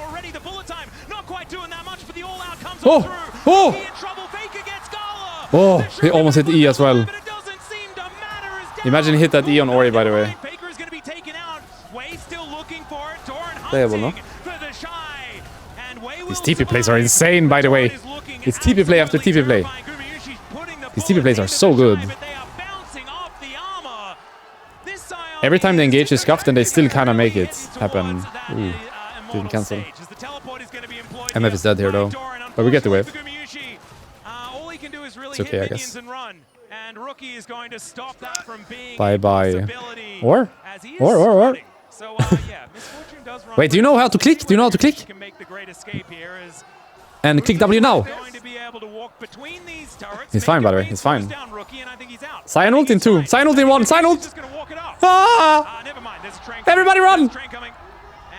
He's fine. He's fine. He's fine. Oh, yeah. Help, help, help, help, help! Help, help, help, help! I'm dead. Fuck. Gabi. hammers in to Gumayusi, and he will die. But that took what felt like a year. And so maybe T1 are going to be able to reset. IG just circumnavigated all of Summoner's These TP Rift. plays are really good though. You must say, no? Like the game is in a pretty dire position and they keep finding the TP plays. All right, And they scuff the engage every time as well. And they're almost winning anyway. the river now. If they do the engage a little bit better, a little bit more coordinated, they actually win these fights, you know? Comes down, there's a Cyclone to chain the CC. Grand Entrance comes through just to buy some space. Carrier able to save Faker for now. Does throw down the Cyclone. Redemption is really good though. That will keep Faker alive. Like the way they're playing team fights are really impressive, I think. Think back to the Drake, you know, when Akali flanked here and they just split the target, like Jarvan went in on this side and Akali was on Karma. The positioning and the idea of fighting they have is really good. Same with the TP here. It's just such a good idea. They scuff the engage, similar to how they scuff the mid fight. But the way they like envision the fight before the fight starts is really good, I think. They set themselves up for max success, I think. Even though they fuck it up, like the details of the fight, they fuck it up. The situation they put themselves in is really good. And it was the backflip. If that shuriken backflip lands on Dagala there, that's an ace. That's a wipe. Yep, if that Akali hits, he kills everybody. Nice try. Often with a big smile on his face, this time around looking I feel like a lot of teams would just go from front, you know, it would just be 5v5 like this. But T1 make sure to always have TP behind or people on the side to give themselves max chance of winning. It's just more so they fuck up the details, I think. in this game with a lot of respect for IG and what they're capable Like they of. split target or they go a little bit too early. But the idea of the fight is correct almost every Honestly, time. I think that IG from here, they for sure should win though, right? Oh, Like, yeah. they have 2 Guardian Angels and they have the Zhonyas on Rookie as well. So like, they are so safe. They have to Orianna die shields, 7 Karma times, shields. I think. Like, or, wait, 8 Yeah. because the Shy goes into zombie mode. Yeah, the Shy is crazy tanky. He can go into zombie mode. Like, IG are so loaded right now with all of this advantage. So T1 would have to pull out some miracles here. Help, help, help! Is potentially going to be a Nice peeling, nice peeling. Without that, he's dead, by the way. He doesn't have flash MF, so if Rakan doesn't do that, he dies. W Rakan, W Carrier, birthday boy. W birthday boy. It's gonna go to Baron, and it's probably gonna go to Soul, and if T1 by any means win a fight, it's gonna go to Elder. Oh, yeah. The only issue is, I would say, T1's only way to win the... IG can play the fights in many ways. They can go on enemy carry with Wukong Orianna and Sion ult. But they can also peel and hit front. They win that fight too. T1 only has one way to win the game, because they cannot focus front. They don't have damage to go through Sion. So the only way they can win a fight is to dive enemy backline and kill them. They cannot play slow in a team fight. They cannot focus front in a team fight. But IG can do many different ways of winning a team fight, you know? They can focus Cassante and play it slow. They can dive onto enemy carry and play it fast. But T1 only one gear in this team comp. They can only fucking send it and hope for the best. And if that doesn't work, they can't win the team fight anyway. Like, they don't have an option to hit front with MF Akali. Sion literally cannot die, and probably Wukong at this point as well. Maybe Orianna too. I feel like these items on mid laners, like, it's not legal, no? This guy 3k HP. Sonya, is this legal for mid laners to have? How do you kill this guy? He's so tanky, this Orianna. He has Seraph's shield as well. Seraph's shield, 3k HP, and Sonya. And Wukong obviously cannot die. Sion obviously cannot die, so who do you kill? Caitlyn or Karma, I guess. It's GG here. They're gonna get Baron here and Soul. And it's just impossible, no? Do we send this? 4v5? No, we can't. Steal, MF ult steal. E ult. And hope for the best. Ult, ult, ult. Please, please, please. Oh, close. Close, close. Nice try, nice try. Ads coming. Yes, in 1 minute. Wait, I can actually... No, I'm good. I can snooze it. I can hold. Hold. Everybody hold. I got you. Wait. like the Shy I got you. can go underneath 5 the minutes. turret and, like, spam Now emotes 10 for minutes. a We are minute good. We're and good. still not But I die. cannot do that too much, you know. It only has a certain limit. If I use all of them now, I cannot do this later. I'm using 2 of them now. You only have 3, so might be cooked later. But I'm saving you right now. W streamer. W streamer. On the Shy, 4-1 split push. Multiple people shadowing here to make sure they can just use the Baron. I saved you. W streamer. Lead up space into the soul. Just not sure if I can save you later. I can only do that 3 times and I use 2 of them. Full of wards. Make sure that T1 have such a difficult time to approach that it becomes almost. This could be a 5-game series, you know? Because if you think about it, is this not an IG 2-0 low-key at the moment? Getting very, very close to just filling out that build. Or should T1 have won this game? Base under fire, only a few shots Maybe T1 will should have be won this game necessary actually. here. And IG should have won the last game. Maybe it should be 1-1 actually. Inhibitors, there's the shockwave to come on through.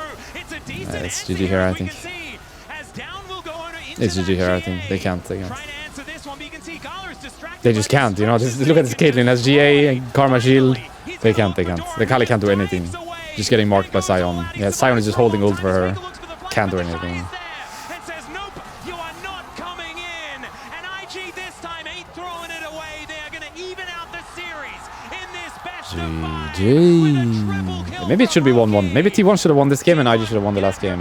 Otherwise, it's 2-0 IG, you know, in theory. Plans looking pretty spicy. Because definitely IG should have won the last game. So if they should have won this game too, that's a 2-0 low-key. 2-0 start low-key for IG. Elimination on the line. I just want to 1-1. rewatch, IG versus T1 here gets evened up. one swap thing.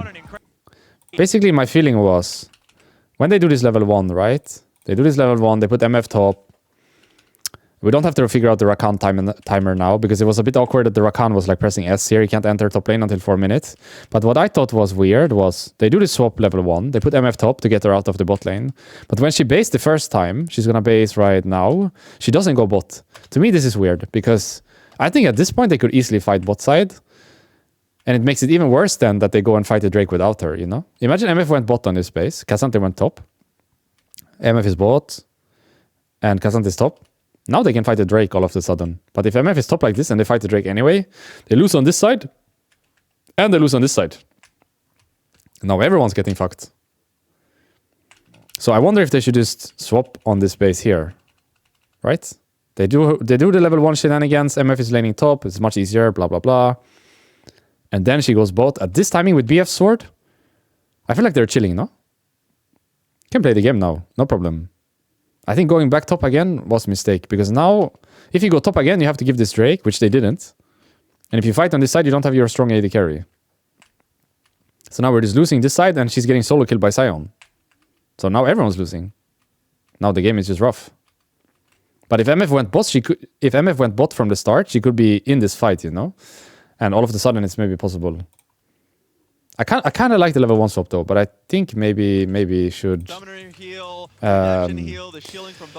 maybe should go bot after the first base.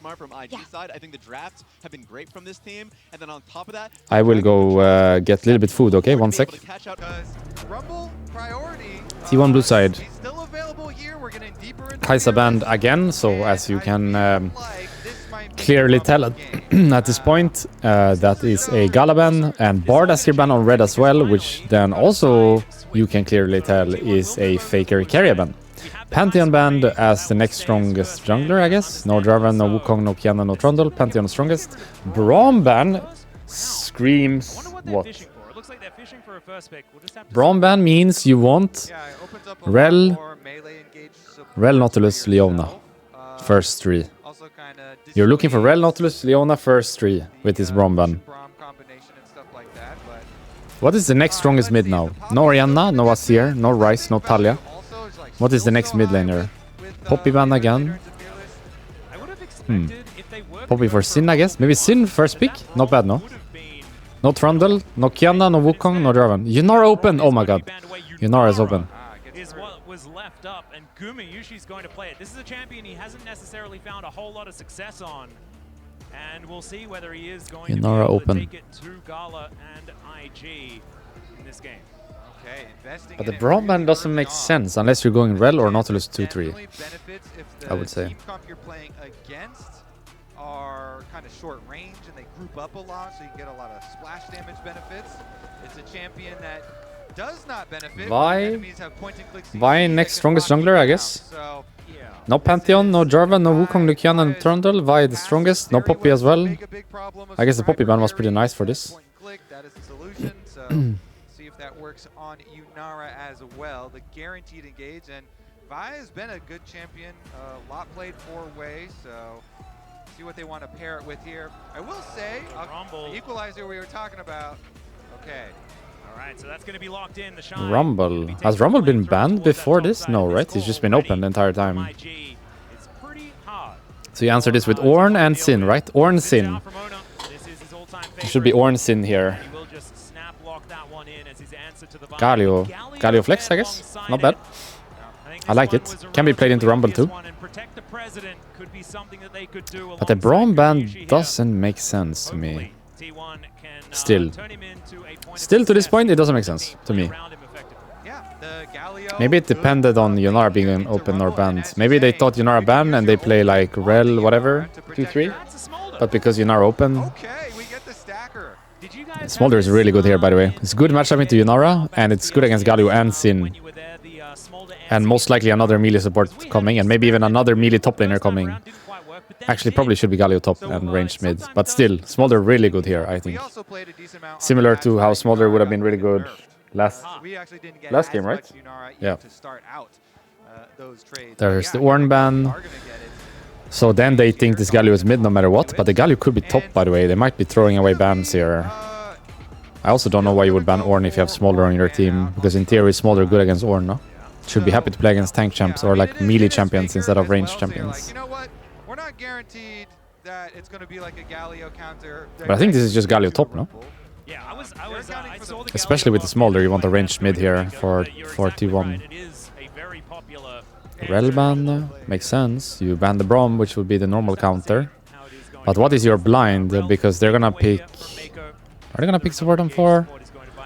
Or just mid on 4? Maybe they just pick mid on 4, and then you need a blind pick support here. What is that? There's still Leona, and that's it, right? No Alistar, no Rakan, no Braum, no Rel. There's Nautilus, Leona. Nautilus, Leona are the big ones for support. Lulu ban. Makes sense. Yunara, Lulu.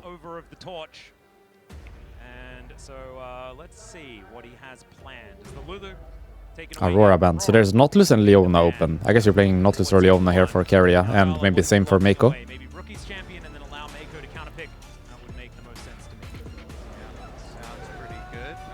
I'm not sure if support counterpick has any value here. I think you just slam one, yeah. Support counterpick no value, you know, because the only ones open are Leona and Nautilus. So you're gonna play that matchup no matter what. Either you're playing Nautilus into Leona or Leona into Nautilus. So you might as well just pick one. Renata angle? Wow, he just went for it. Damn. I'm not sure how good it is here though. Smolder, Rumble, quite long range. I mean, it's good into Leona Vi, but it could be one more range coming, you know? One more ranged mid laner. It's not easy to play Renata into all of this. Renata would be better into Galio Sin than it's better than Vi, Leona, Rumble, Smolder. It's not bad though, it's not bad. Maybe better than Nautilus, and also more specialty of Keria to play something like Renata and not Nautilus here. I guess with that in mind, they should have less pick support, yeah. Yeah. Galio top. Like maybe with Keria's champion pool in mind, you should have less pick support for Mako. Because you didn't want to end up in a matchup like this, which is specialty of Keria, ranged support. Maybe it's special to the player, you know? Maybe normally this is fine because you just handshake Leona Nautilus, but into Keria specifically, perhaps better to do last pick support and actually not let him counterpick. Because he won in 9 games, you know, with good matchup, Keria. I like Wei here. Long range good into Renata. Long range good into Yunara. I like this pick. Yeah, maybe Keria a special case. Because Keria is the kind of player where if he gets a good matchup, he just 1v9. So I'm gonna play ads now if it's possible. It's possible, okay. I'm playing them now, and then it should be good for the game. Good shout. Good shout. Good shout. Thank you for the feedback. This works. This works pretty well. After game finish and around this time, works pretty well. That way, no ads during the game, no matter what. Good feedback stream, everybody. Thank you, thank you. Yeah, maybe against Keria specifically, always last pick support better. Because he's just that good, you know? If you give him a matchup he feels comfortable in, a champion which he's really good at, and he gets like the game vision of how he's supposed to carry, he just does exactly that, yeah. He 1v9 some support, so maybe last pick support here better. And force him to blind Leona or Nautilus, and then it is easy. Sorry, harder for him to 1v9 the game. And you can anyway handshake, right? Probably if you don't pick Leona on 4 there, and you just pick Hui, right? They're gonna pick Leona or Nautilus, in Keria's case, and then you just answer with the other one, and you handshake that matchup, which is probably more good versus Keria than Leona into Renata. Keria Renata is really scary. But we'll see, I guess. Because I don't think it's that good of a pick here, it's just more so how good is he at the champion. Let's hope the T1 have done the right adjustment. That's a bigger one, I think. Like, how good is Keria on Renata here to justify this? Because Renata into Smolder, Renata into Rumble, and Renata into Hui, not much value, you know? Not that much value. It's decent into Vi, decent into Leona, so it's just a matter of like how good is he on Renata here to justify the pick. Alternatively, it would have been Nautilus, right? Would Nautilus fit better in this comp? It would, no? Annie, Galio, Sin, Yunara, Renata versus Annie, Galio, Sin, Yunara, Nautilus. Nautilus fits better, I think. But he's a better than Renata, so I understand he goes for that. Alright, here we are, ladies and gentlemen. We want to apologize for prattling on for I like want to say thank you to the players for causing the I like the Sin more than the Vi. I like the Yunara more than the Smolder. Renata into Leona has good purpose as well, and it's a good champ for Keria. Galio into Rumble should be good for Galio, sorry. Annie, I don't know much about. I like Hui more than Annie, but Annie can make play, I guess. That's the good part. I would say I like T1 comp more, but if there is... I just want to give credit to but if there's ever a game, for example, for Hui to be OP, this might be the one. Hui looks really OP on paper. They have almost zero engage other than Annie. So do we not kite this and 1v9 with Hui and Smolder? The thing is with Smolder, like, might be outranged a little bit, but Hui... I like T1s more, I think. But I can definitely see IG winning this. I don't think their comp is bad by any means. And it feels like Hui here on 5 went really hard, no? They're lacking a bit of engage. He has a good lane, probably. Farming every CS. Can kite the entire enemy team. The Smolder looked good until the Renata was locked in and they picked a ranged mid laner. Then the Smolder looked crazy good. Now it doesn't look as good anymore, I would say. It's Smolder laning top here, by the way. It's another lane swap. This time IG, though. So similar to last game, I guess. There is an AD carry laning top and a top laner laning bot. Let's see how it unfolds. Last game, Owner invaded. Let's see what Wei does after his blue. He's doing Gromp right now. And the Hui pick looks giga. Smolder doesn't look as giga anymore, but the Hui looks really giga to me. If the Smolder had to play into the double range lane there and had to deal with the level 1 of Yunara. No invades by either jungle, so it's just Smolder laning top. That's it. I think this should help out the Smolder scaling and stacking quite significantly. Plus, you get out of the Galio Rumble answer there. Ooh, Slurple flies forward but doesn't manage to find the Shy. So I guess we'll see. How much will the payment actually be this time around? The Caitlyn Karma was able to get 3 plates. They're not gonna get 3 plates, but and I also think Smolder will not stay top the entire game. He's just gonna swap to bot eventually. They're just trying to avoid early levels. That's all it is. They can lane later, no problem. Are we just roaming mid or what? This feels really random. Timing to leave. We don't even have prio. We're just ganking mid here. This is so fucking random. But we're just ganking mid here. He went back bot, I guess. Still here? I think he's bot. He's still here! Stunned on the tower? Oh, that's such a shame that Annie didn't get the stun off. Could you buffer stun there with Annie on the Leona when she's eating you under tower? Was that possible? Not quite enough. Look at the timing, okay? The Leona timing is so awkward now. We went mid very early in the game. We cannot go top lane. He has to go back bot lane, so the Smolder is going top alone. This makes no sense, actually. Shouldn't you as Leona stay bot longer, base and go top at 4 minutes, or roam mid later and then cross at 4 minutes? Similar to Keria last game, we went mid too early and now we're forced to go back bot again because we're not allowed to go top lane until 4 minutes. This is just a free kill, I guess. Nice TP though, but it's gonna lose a lot.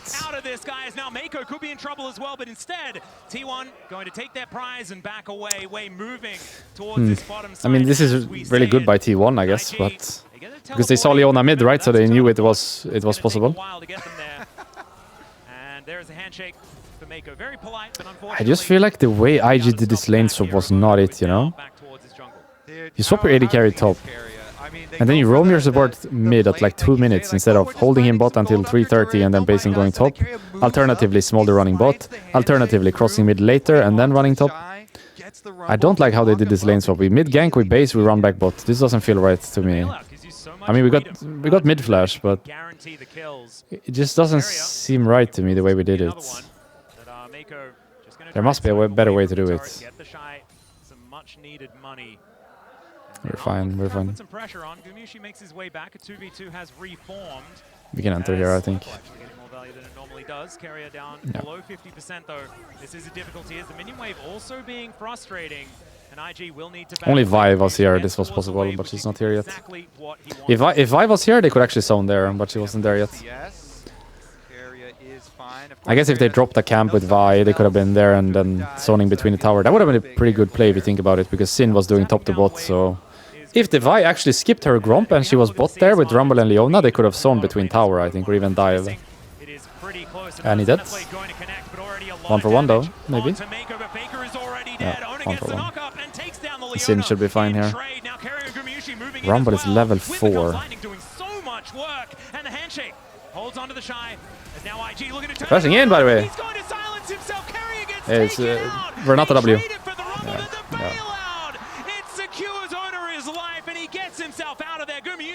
Now trying to deal with Rookie, whose way is getting a bunch of work done.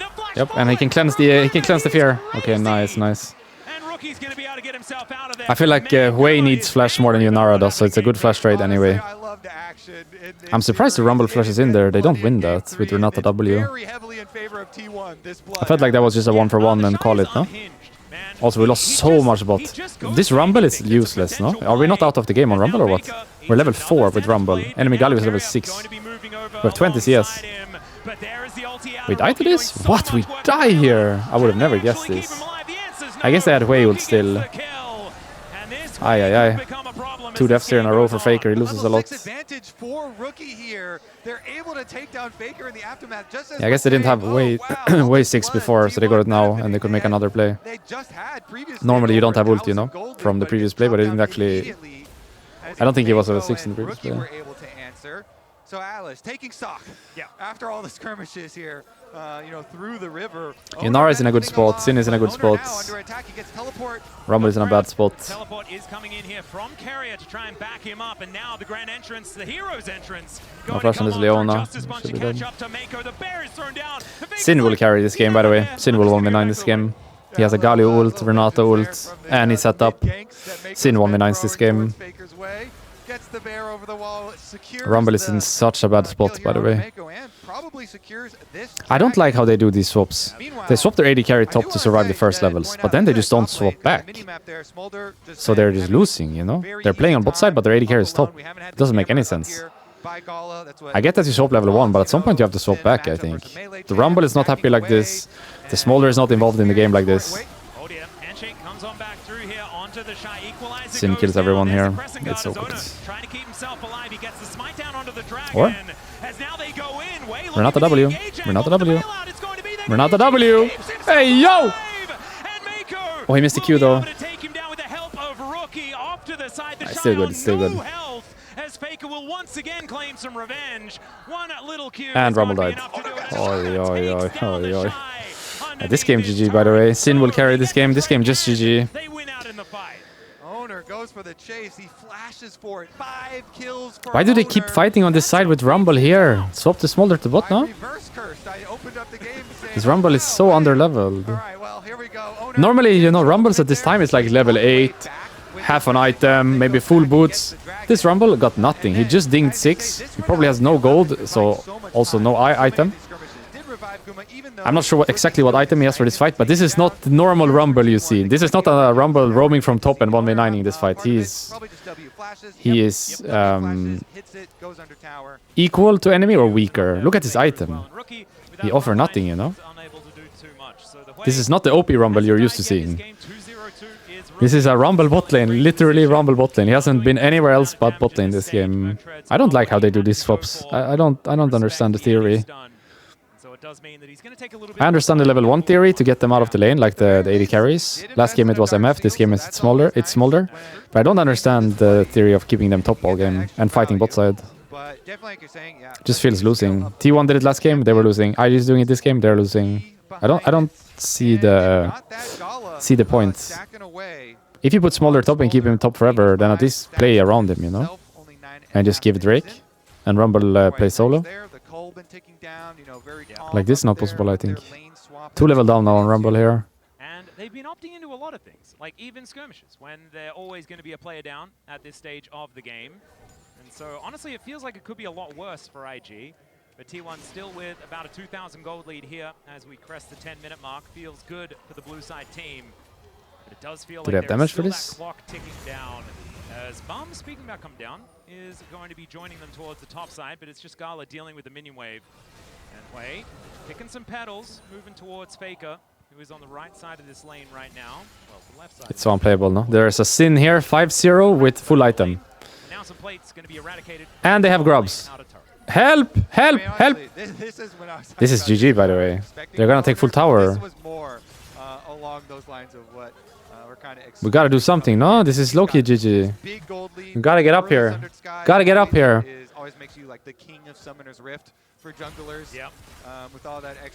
Like, if Annie ever TP's here, this tower falls, by the way. If Annie catches mid and TP's top, this tower falls. Okay, they're not going for it. I guess they have TP advantage on Rumble, maybe that's why. Yep, Mako now going to be holding this. But we are in so much trouble here as IG. As possible. I mean, the Wei is strong, I guess, but that's it. It's a big chunk onto Faker. If he lands the combos, the Hui really does a whole lot of work. And it's kind of cheating, right? You get double equalizers in fights as well if he presses the Wait, my league client made sound. Why? It's not fun for Annie. You're short range. So you What the hell? Ah! Redemption save. Clean redemption. But as you can see, normally, Faker doesn't have Nice redemption, by the way. That saved him. Otherwise, he would have had the flash. 3-0s. It's not clean, but he gets it done in the end. And as we can see right now, T1 in a pretty good position to get themselves towards match point. But on the other side, there are some players in IG that have had a lot of success versus T1, specifically at MSI, and have beaten T1, the organization, in the past to win MSIs. And look, as you can see here, the glimmer of hope, Mako, Gala, and Hui, who were able to take down Faker in 2022, of course. A lot of the victories that we saw in the head-to-head between Rookie and Faker was... I feel like we gotta make a TP play at some point here with the Rumble. But, Mako, Gala, and Hui have done Slowly gonna be bleeding, no? Sin will just take over wherever he goes. We need to make a play at some point. At MSI, very first one. Also want to point out that it was important that Faker had Keria on speed dial on that last, Hui ultimate that he soaked under tower, and he was like, immediate redemption. Redeem me. Please, immediately redeem me. I need Drake is spawning. They do have full item mid and jungle. They can actually fight this, maybe. Maybe not. Maybe not. Maybe no fight best. Yunara has full item, and Renata as well. Leona doesn't have. Smolder just got it. Low-key give angle, I think, this Drake. Yeah. Speaking of power, this is exactly what T1 wanted as far as this matchup is concerned. Galio has been historically pretty good. They're just giving. The Rumble, finally, we Not are possible, this one. seeing those two champions going head-to-head. It has a bunch of the items that makes you feel a lot better in the matchup as well. There's a whole bunch of buttons going to be pressed, and you can see the rookie feeling very good about his Are we diving this? game. He has flash, by the way, so he can flash over Raptor Pit if he gets ulted. Let's see whether this Flash is going over? to be the cease and desist that will actually work, and it does in the blink of an eye. I guess it doesn't matter if you flash, because Wei can just wait with the spell. IG at this stage is now Gala sneezes on the minion wave. Owner comes I don't think on we're diving over, but they anything have here. full They can information collapse. as to what's happening, and with Rookie and Wei unlocked from the mid lane, When mid is there on no way fire, that this dive mid is on happening. fire, literally, there's an Annie there, Yeah, so they literally on defend fire, the but that's not what I bottom meant. side, and they What I meant delete the was, mid lane there. there's That a hole in the mid was lane and we need to help out, no? for IG. We cannot leave it like Rookie this. here on the way, looks like he's gonna scale pretty quickly. Atlas is gonna be We need to do accelerating. something. I think it's That Yunara mid Denver right now almost into a Wei 2,000 individual gold to lead, fix and we this, but mentioned Wei is gonna earlier, go side, with and all these then we have extra a stacks, trouble. so Like. much extra power, Maybe backfire towards maybe the it's end. Annie into Rumble and it's Galio into Wei, no? Lots of Maybe like this. damage behind this champion. That makes And sense, I if you're looking think. at how the Because combo Yunara is gonna go mid later, now, Smolder's gonna go T1 mid, had this big and early then goal. Wei goes to side and Rumble goes to side. And Annie doesn't want to lane Wei, but Annie can lane Rumble, and Galio can lane Wei. So I think they will send Galio into Wei, and they will send Annie into Rumble. That way it's fixed. Really quickly stacking Smolder here. That or they can alternatively also play into the Annie lane onto the Wei and try to flash on him. But that's the strongest member of IG, so you're technically playing into the strongest member of enemy team. The only member that maybe can do something at this point. You're going to get to that rapid fire cannon point for Smolder really quickly. So then you can Like if this is the setup, I mean now Smolder is laning. Wei is laning mid? I'm not sure about that. Yunara will just farm into Wei, and then nothing is happening, and Annie is farming into Smolder. I feel like it makes more sense to put Wei into Annie, keep winning that lane, and play around it. Owner might be able to do that. I mean, he is Not sure about this setup. And maybe can find a way to just kind of bully himself in there and get a Galio ult on top or something. See whether he can find I'm not sure about the setup. Xin Galio has been a combo that T1 have used many, many times in the past. It's not often the Doran on the Galio combo, but Wei's going to make his way down towards the bottom side. We're dead. Doran on the Galio is on We're our just caught screen, here. but not for long, as the Shy is going to be out of Not respecting at all. Just checkmate. I mean, we got Herald for it, I guess, but should be respecting here, no? If they're not on Herald, where are they? Anybody. If they're not contesting the Herald, where can they be? On the other side. Exactly. So we gotta respect bot here. This death was very unnecessary. The best, especially with this ticking time bomb that We have is TPs the Soul Dragon. to defend this. They cannot dive. Topside, I feel like IG have found Yunara getting dove, by the way? and they've Question mark? also found themselves a slight No, gold they lead. portal to her. Never mind. One thing that's in T1's favor is the fact that they've stacked up TP two Drakes. bot. Hextech Soul is ludicrous. We have not necessarily seen it be, immune to losing, but it does certainly help out. And Gumayusi on this Yunara has not Next is necessarily had Drake, I guess, and they have Herald for that too, fights so... to really prove himself I'm just gonna put on my yet. jacket, I'm freezing a Whether bit. he will be able to get that space in order to do so, because he not only has bailout available, but he also has the Galio there with a heroic entrance. He's got this Xin Zhao who's mega fed to help stand in front. Whether it is going to work. As once again, Shy versus Doran on the top side right now. Okay. With the fact that this I'm game good. is slowed down, I can't help but feel like T1 need to be starting to get nervous. Yeah, the big thing for T1 is like, how are they going to force the issue here? Whoa, there's a flash taunt. His owner's going to move on up to try and take down the Shy. They're walking down the red carpet. He flashes away. The Winds of War anyway. comes in, and there's the knock-up. 3 Talon strike. Double flash though, I Down guess. goes the Shy. A 4th death for this Rumble, but killing the Shy, is that a win condition? I don't think so. Unless, although I don't think it's a win condition for T1 anyway. We're As playing on Zenfone weak side goes here in, now, the guys. handshake Should is be going really to be careful immune. The here. flash out from Faker doesn't want anything to Yeah, do with that. much Soul more Flare careful, its better. way.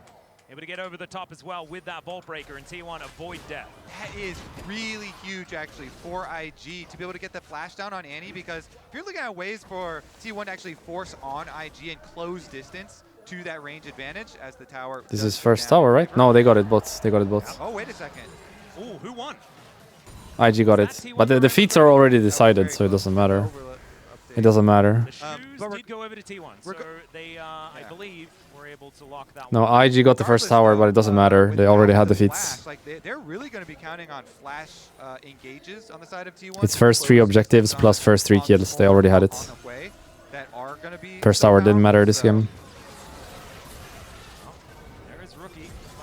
shots here, and it's very difficult for T1 to deal with long. We are in trouble here. Okay, Already Redemption. starting to do damage here as the Redemption comes through.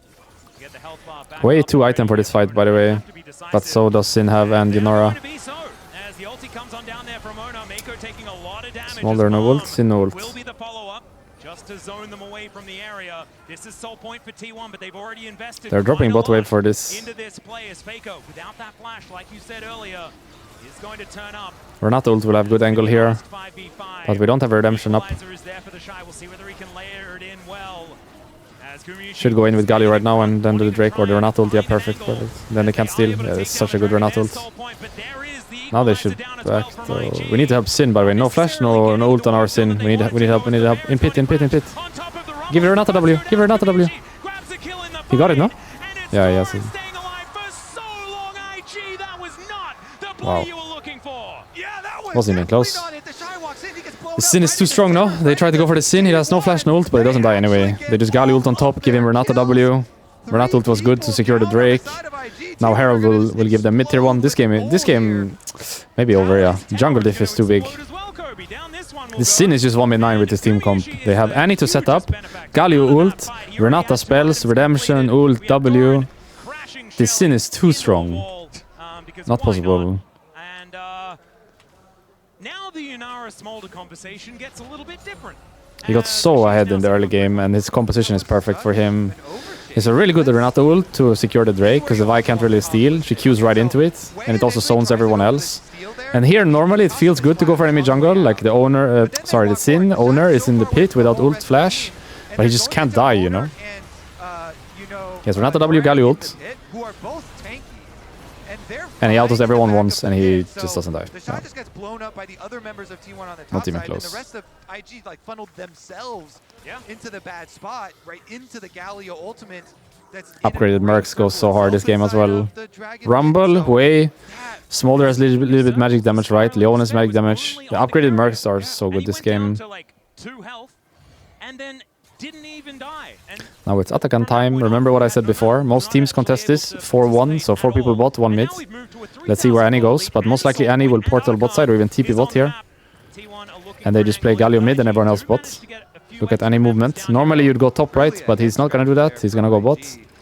Galio's gonna stay mid, and it's just 4-man bot versus 4-man bot and 1 guy mid. Yep. This is how everyone does it nowadays. They just lane bot as 4, or on the side of the Atakan they lane, and then 1 guy mid. Always same. And then it's just about winning this side of the Atakan, right? So whoever gets bot push here and that tri-brush control usually gets the Atakan. They have a ward behind though. That ward right over the wall, right here, is pretty good. This could be something nice later. Unlikely to be swept as well. Flashing in. Redemption kills. Renato ult! Ah! Help, help, help! Okay, we're dead. GG. Sin is a bit OP, no? He almost one-shot the Smolder 100-0. So OP. I wonder why they took Vi over Sin in this draft. Wouldn't it make more sense to pick Sin over Vi in this draft? Or am I crazy? Isn't Sin a better champion than Vi? There was no Trundle as well to counter the Sin. So much damage just the Sin alone. Crazy. But he had no health. He just couldn't fight anymore. Yeah, Garya's ultimate does follow, and then Guma's like, I got this. Goes in with the flash, with the dash, closes the distance to chase down the rest of them. And Owner, so much better of a game this time around. You know, charges up his 3-talent strike, preps for the engage, goes for the flash, gets the initial flash out of Gala there, making the Smolder vulnerable to the follow-up engage from T1. And they just blow it wide open. IG had been Soul in 1 minute, they have to fight. Cannot win against Hextech Soul, we just have to fight here, no choice. Do we have 2-5? We do have 2-5 on Smolder, so yeah, the chance will not get any better than this, we just have to fight here. No chance otherwise. Hey yo! Hey, someone clicked escape, it wasn't me. is going to struggle a little bit Hey. to maintain their position, right? Because it's all about holding on to the phalanx, you know, hold the line, as it were, as the Whoopsie. Hexgate's going to be leaving Ona out to dry. He doesn't die, by the way, does he? Over the wall. It's so much damage, He though. dies. Still, Circle not going to be safe. Sadly, no Renata W. That's a really bad timing to die, by the way. That Hex technology is dangerous, Atlas. It certainly They warned is. us against this in Arcane. We learned about it from Arcane. It's now Rookie. It's a really bad time to die, guys. First owner, then Rookie. He's now in an awkward position, but they don't have to deal Now with with the Shy. problem. Faker finds the angle onto the Rumble, and somehow their most fed Soul. member dying turned into an inhibitor turret? Yeah, T1 are just gonna flash on you. Everyone flashing over walls here. Doran flashes in, Faker flashes in, T1. They actually even take. Wait. Oh, they're trying to go for it. They will get it. They will get it with Smite. They have it. They have it. But they're gonna die for it, probably. But the Vi will get this one. They'll probably die for it, though. Whoa! Wait, are they out? He's gonna take the portal as well, the Vi. He's gonna queue to the portal. Look, they're queuing the portal. He's out. And is there... Maybe still out? Maybe still out, by the way. Maybe still out. No. Oh, they're saving him for the Baron. They could have Baron on spawn here. 18 to 8 is the kill score. There's been a lot of deaths in this game, and it's starting to get silly. Casting with you is always fun, Atlas, but man, I am having fun this series. Yeah. Is this what they call the T1 circus? No, this is called Rise Group, baby. That's what we like to call it. T1 has decided to give us a little bit of a taste from the LCK, and we appreciate it. They were, of course, in the Legend Group, but this has Rise all over it. This has been so much fun. These Hex Gates just providing the extra layer of comedy over the game, and after all of these shenanigans, we are still heading towards a Hex Soul. We are still heading towards another opportunity for T1 to try and collect it. IG, though, they did a good job of avoiding the first one and getting some kills on the way out, too. So, Gala, as we mentioned, with this Smolder, still could be a problem. Of course, with all the extra gold. At least they got the Drake, I guess. Last, like, 10 If you try to think about it positively, they got the Drake from all of that. So they buy themselves a bit of time.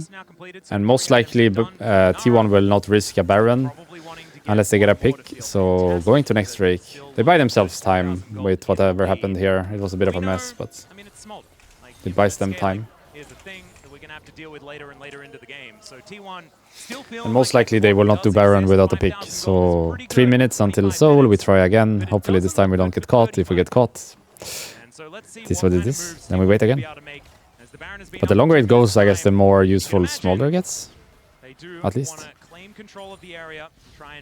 don't think that will make them winning, but gives them higher chances for sure. Smolder is gonna be their strongest member eventually. I just don't think he's there right now. And he's caught. And he's one shot. Bye bye. But Vi dies here, so that's Baron now. That's worth it. That's worth it. You just force this now, and you take the 4v4 if they come. This is free. A little bit early on the snap engage, so... You sure about this? This turn is not good. Ooh. We're throwing the game here, by the way. Unless Sin 1v9s. We're throwing the game here, maybe.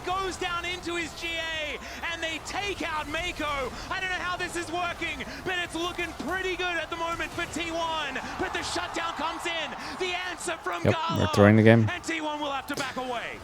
think you just have to hit the Baron there. You don't turn into... like, Renata was here, right? Keria was here, trying to turn. But I think you just stand in the pit as 4, because they don't have Smite, right? So they have to come to you. You don't have to turn on them. They have to come to you. So you just stand in the pit, hit the Baron until it's low. If they come, you fight. If they don't come, you finish. But you don't have to stand here and turn, because you have the Smite advantage. So there's no reason to turn. It almost looked like they were able to claim it. Now IG. I think that was a mistake on their part. They should just force the Baron harder. They don't have to turn. Just does so much damage. They've started off the Baron themselves now, but they're looking for a turn. Counter throw to the throw? I don't even know who's throwing anymore. Soul in 1 minute, guys. Let's take a breath, okay? Let's take a breath. We got this. T1 are all about. That is not going to be available here for the Galio. Take a breath, everybody. So, Keria. Ay. This lane as they look for the Whoa. shy. He flashes out of the way of the What taunt. is going on? That looks pretty good for Gumayusi. What is going on? Finish him off. What is going So on? much damage and he's held in place as Wei says no to Gumayusi, and he's so much more important to this What is team happening? than the Shy is to IG. As long as Gala is alive, IG can win fights. Oh man, they have to commit so far to get the kill that then they're giving back the trade kill each time. And IG do get to push the minion waves after, and they still, like, they have objective bounties up for IG. Not TP on the Rumble though, so it's same as Yunara tempo. Wait a second. They're going to be face checking here as the Vault Breaker brings Wei in, but he likes that opportunity. As you can see, Rookie over to the side, and he's starting to do more and more damage. This is turning into a banger, by the way. Burn items now completed. This game banger now. This is anyone's game now, low-key. But this is another opportunity for Soul that it looks like T1 Like giving the can get Drake. tonight. Are we gonna hit Baron? Hit Baron! Hit Baron! They have the base! Baron! Is that going to be the opportunity here as the Drake will be secured here by Wei, but he's going to be out of position. Camp them, on camp them! Oh, potential it's Baron just take. anyone's game now. It's so crazy game. Moving back We're forward. camping them. Look at the sin positioning. And T1, Baron? this is What are we looking doing? So dicey. That gold lead is about to Ay. Yeah, I We think are it's pretty panicking, by the way. We are big panicking. because of how well IG There's so much get stress, their you can range see it. later. You can feel it. Gala and Rookie here on the Hui and the Smolder are so dangerous. What do we do? What do we do? What do we do? Do we do Baron? Flashes on T1 and all of the He's just gonna start it right now. do not have their flashes anymore. Yep. So Gala can play so aggressively. His cleanse is Loki can lose, by the way, right now. Loki can lose. Be careful. Just came off cooldown, so Wei Like the Smolder kind of Giga and the Hui as another well. angle onto Gumayusi, who does have his flash up. Crab is Flashing nice. isn't gonna Clears all help the you when wards. the Vi is definitely just going to throw you into the sky and slam you down. T1 are going to be pushed away from this river. Anyone's game. The Dragon taken for free here by IG, and T1 From complete free win to anyone's game, just like that. to Wow. get themselves priority around the Baron, and now that gold advantage, half of what it was. They turbo through, no? They had free soul, got caught. Free Baron, got caught. Something and find it soon. well. Could still take free Baron, try to turn anyway. So that would be something. That would be They some big threw damage here. He- time after time, he actually. is Now it's dead, like, jumping in and is it just collecting anyone's game now? Is it even game now? Low-key, no? T1 need to get scrappy, but the key flashes, okay, Owners is the closest. They threw too many times. Yeah, is GA also on the way as Now well? it's actually kind of anyone's game, yeah. Alice Keria has swapped over to a Smite here for Spellbook Smite. Are they going to do some Maybe when Yunara gets Infinity, turns again. shenanigans? But Yunara is Perhaps really maybe strong on Wei Infinity. come into a position But the where they Smolder can is also really strong on really BT, or so something for themselves? it's maybe anyone's game, yeah. We know that it's going to be the Baron because it's T1. They do like Barons. It's something we've said before. There's a reason. As IG, they know this.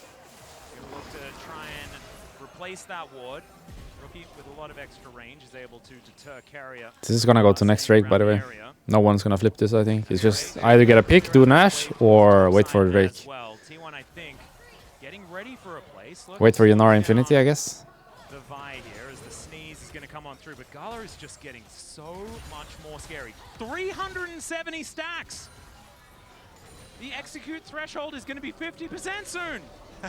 At least that did get changed and nerfed, so... Yeah, you do need a lot more stacks than that. However, you know, as the game goes on, those stacks get easier and Yunara has easier to get. Infinity now. I wonder if you just click Nash here, actually. Do you just force here because you think you're getting outscaled? Are you getting outscaled by Smolder? Do you just force here? You can see here. Like, you just fucking kill this guy with every flash you got? Flash on him, flash on him, flash on him, flash on him, kill him, kill him, kill him, kill him. Jungler and Wei. There's just no Have to option. kill him He's and do been on Nash. for a long time, but there's no follow-up. There's no option. And IG now just a man down and a smite down. Ay. Just do the Nash. Looking a little bit lower, but he Just has do the to Nash, keep everybody. going They don't have once again. smite. We don't have to turn. Don't have to take free damage. What are we doing? What are we doing? Run. Just do the Nash. Just do the Nash, everybody. We're chilling. Just do the Nash. Just do the Nash. We're chilling. We don't have to use that either. At least we got it. Oi. It's getting... you can feel the stress, by the way. Huge for T1. Oi. Grab the Baron. Now they can Yeah, he really trolled dying here. It's literally the only play they have as well. Get a pick and start Nash because they're getting outscaled by Smolder. with the Baron buff, this is just what they need. Doran's got a mid-dice, by the way. 12 stacks. I think if he didn't get caught there, they would force anyway, but that gives them the play for free, you know? I think they were gonna force anyway with the Infinity Edge on Yunara, but that gives it away for free. At least if he was alive, there would be some kind of contest to it. Some kind of risk to it. Now it was just free play. So much extra space on the map. Yeah, that's the thing. And now it's soul in 1 minute. If they get the soul, I think they have it. Oftentimes, right, you But if they fail again and get caught again, low-key IG favored, no? This game with Smolder? Low-key IG favored, I think, if they fail this next play. Let's see it, 45 seconds. Carry has won, have to base. Oh, wow! Oh, base, no? Base. Fast. As you can see there, if he can do it, Carrier almost dies. But now we take the portal, get new pink and new ward. And look at this, it's lit up Bali. by T1 and their vision. Guardian Angel on owner. And they're gonna go through bot, so we need to go through bot as well, no? Don't take the portal, just go bot. Click Tribrush. Right in the front too. Faker here. Trying to Nice. play around some pockets. Gotta contest his wave, everybody. Around some walls. He's got his flash ready and willing to And don't use get it. splashed on by Smolder. Don't get splashed on by Smolder. Don't stand behind the creep. Doran half. We're standing behind the creep. Carrier lost half as well, and we're using a redemption now. Oi. This doesn't look good, by the way. This doesn't look good at all. Have to go through mid now. We don't have redemption, and we have to base on Galio. This is a smite fight. Why do they smite fight this? Sin's gonna get this, by the way. They're not ult. Sin got it. Yunara got it. It's GG. Why do they smite fight that? Are they trolling? Why did you force that so like this? GG. What? Why? Was this situation not insane for IG if they don't smite fight this Drake? Am I crazy? Well, they were supposed to win this game anyway, but I think if they don't start the Drake there and they just play the space, they fight them if they enter, slowly poke them, they're gonna get the Drake eventually anyway. But if you start the Drake like this, then you give the enemy chance to just fight and smite fight, you know, for the Drake, which they actually won. And then, of course, they win the fight too. Starting the Drake there was so troll. Am I crazy? I'm not crazy, no? Look at this. Look at this. They are both contesting the space, right? And IG win this fight for the space. So now, how does T1 do it? They only have to go from this angle. But if IG click here and block them here, eventually they're gonna get the Drake anyway. But they just start the Drake and let T1 walk in. They just walk in. We're just walking in. No one is poking us. No one is hitting us. Smite fight for the soul, which is not our soul as well. Like if this was 3 Drake to 3 Drake and you rush this and get the soul, I see it. But this is 2 Drake. Even if you win this smite fight, you put yourself in a really bad spot and you risk enemy getting soul. But imagine they just played the space. They played the space bot really well, actually. They're both all together playing the space. They win this. If they just did the same up here, they go up here and they play the space again, they would win that too. And enemy can't enter. And then the only way in for Sin is like here, W, or take this cone and jump in. But they wouldn't be able to enter the area. But if they let them walk in like this, and they get... It's once again just a mastery of expertise of team fighting, you know? You have Annie on this side, 3-man here. This guy is probably going like this.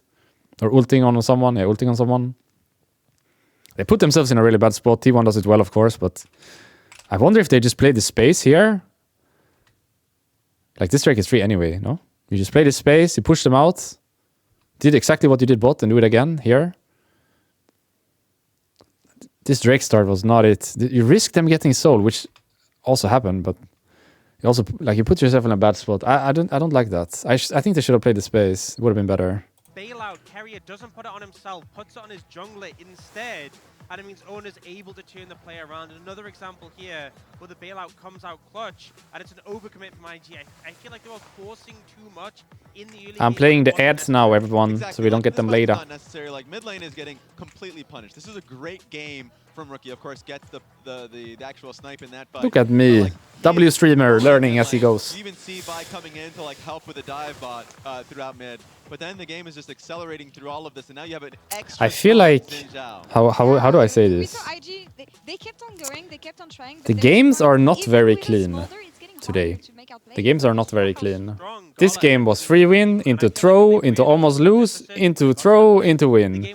First game was like And you stacking incredibly well. I mean, we IG winning, throwing, then they were fine, then they threw again. Against the Galio, I thought was great Second for game him. was And so it's just another game where I feel like a lot of Gala bad is team fighting by doing a T1, lot, right? They had like a lot of and good if setups in game 2, this but team they wasn't, just like, didn't do putting the themselves details up very full, well in the this would second be a game. completely different series. Jarvan and Akali going on different targets multiple times. The misfortune positioning on the top tier one.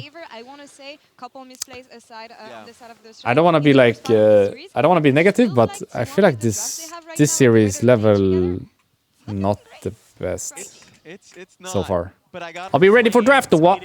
I'll be ready for draft or what? Between IG and T1. T1 Here we go. managing to make it to 2 games in this series, one away Here we go. from the Swiss stage and keeping their hopes of defending their title alive.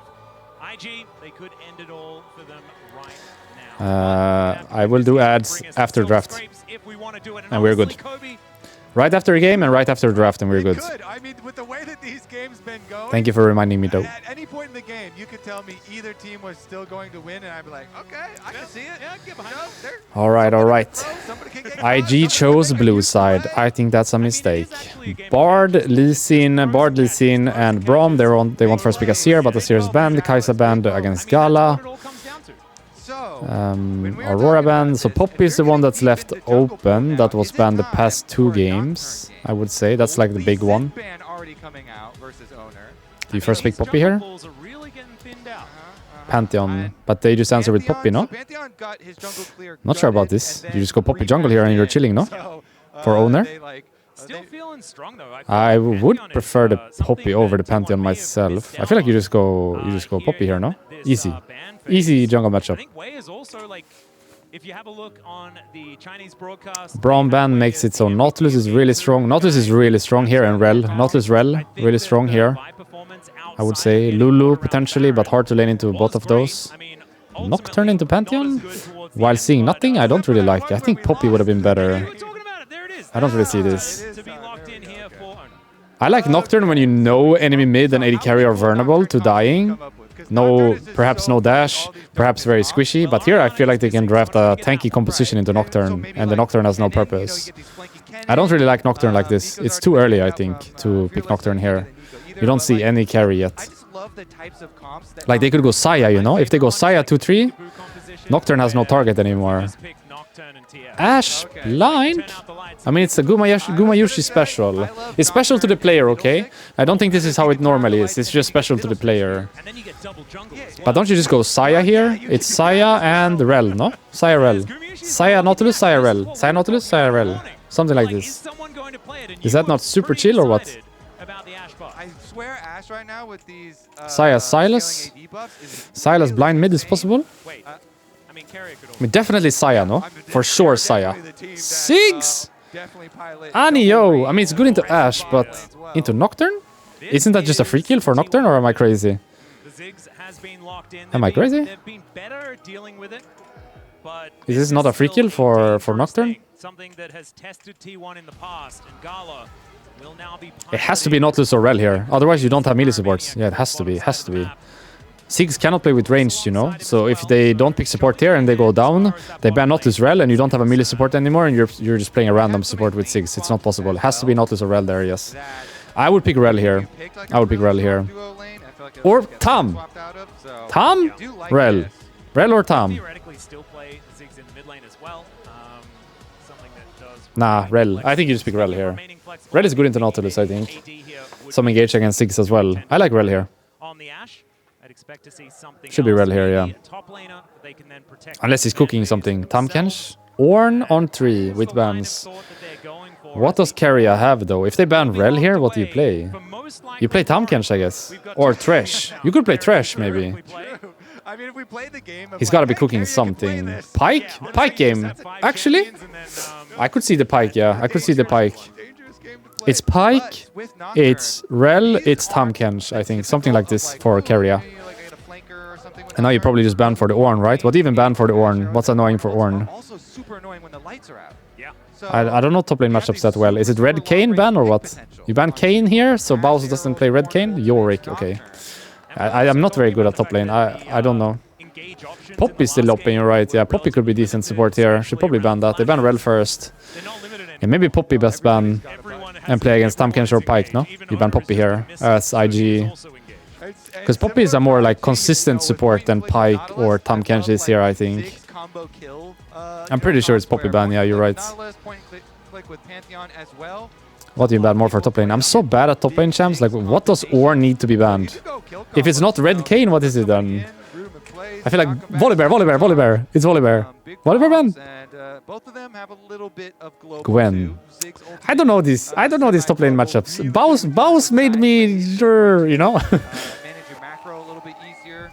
And Pantheon Ultimate, but let's catch up on here. They have we have a couple of top laners banned away. This is what we were expecting. Baus made me see these things differently. Rammus? Exactly, to play Rammus here. What about Rammus? Seraphine? What? They would never play Seraphine there, no? He would play Seraphine there? No way. No way. He's gonna play Pyke, Poppy, or Tahm.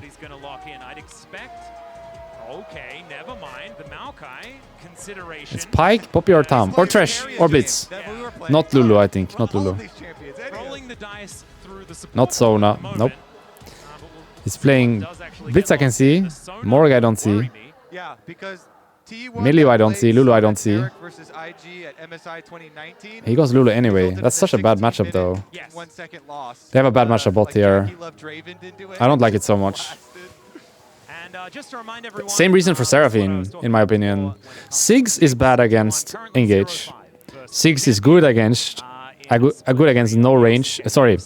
No melee, no engage, range champion. They picked Ashe and Lulu into it. It's perfect game for Ziggs, I think. But if there was a Pyke involved, then it's scary all of a sudden, you know? Sylas blind here. Steals the Ornn ult, to be fair. Wait, Sylas top? No.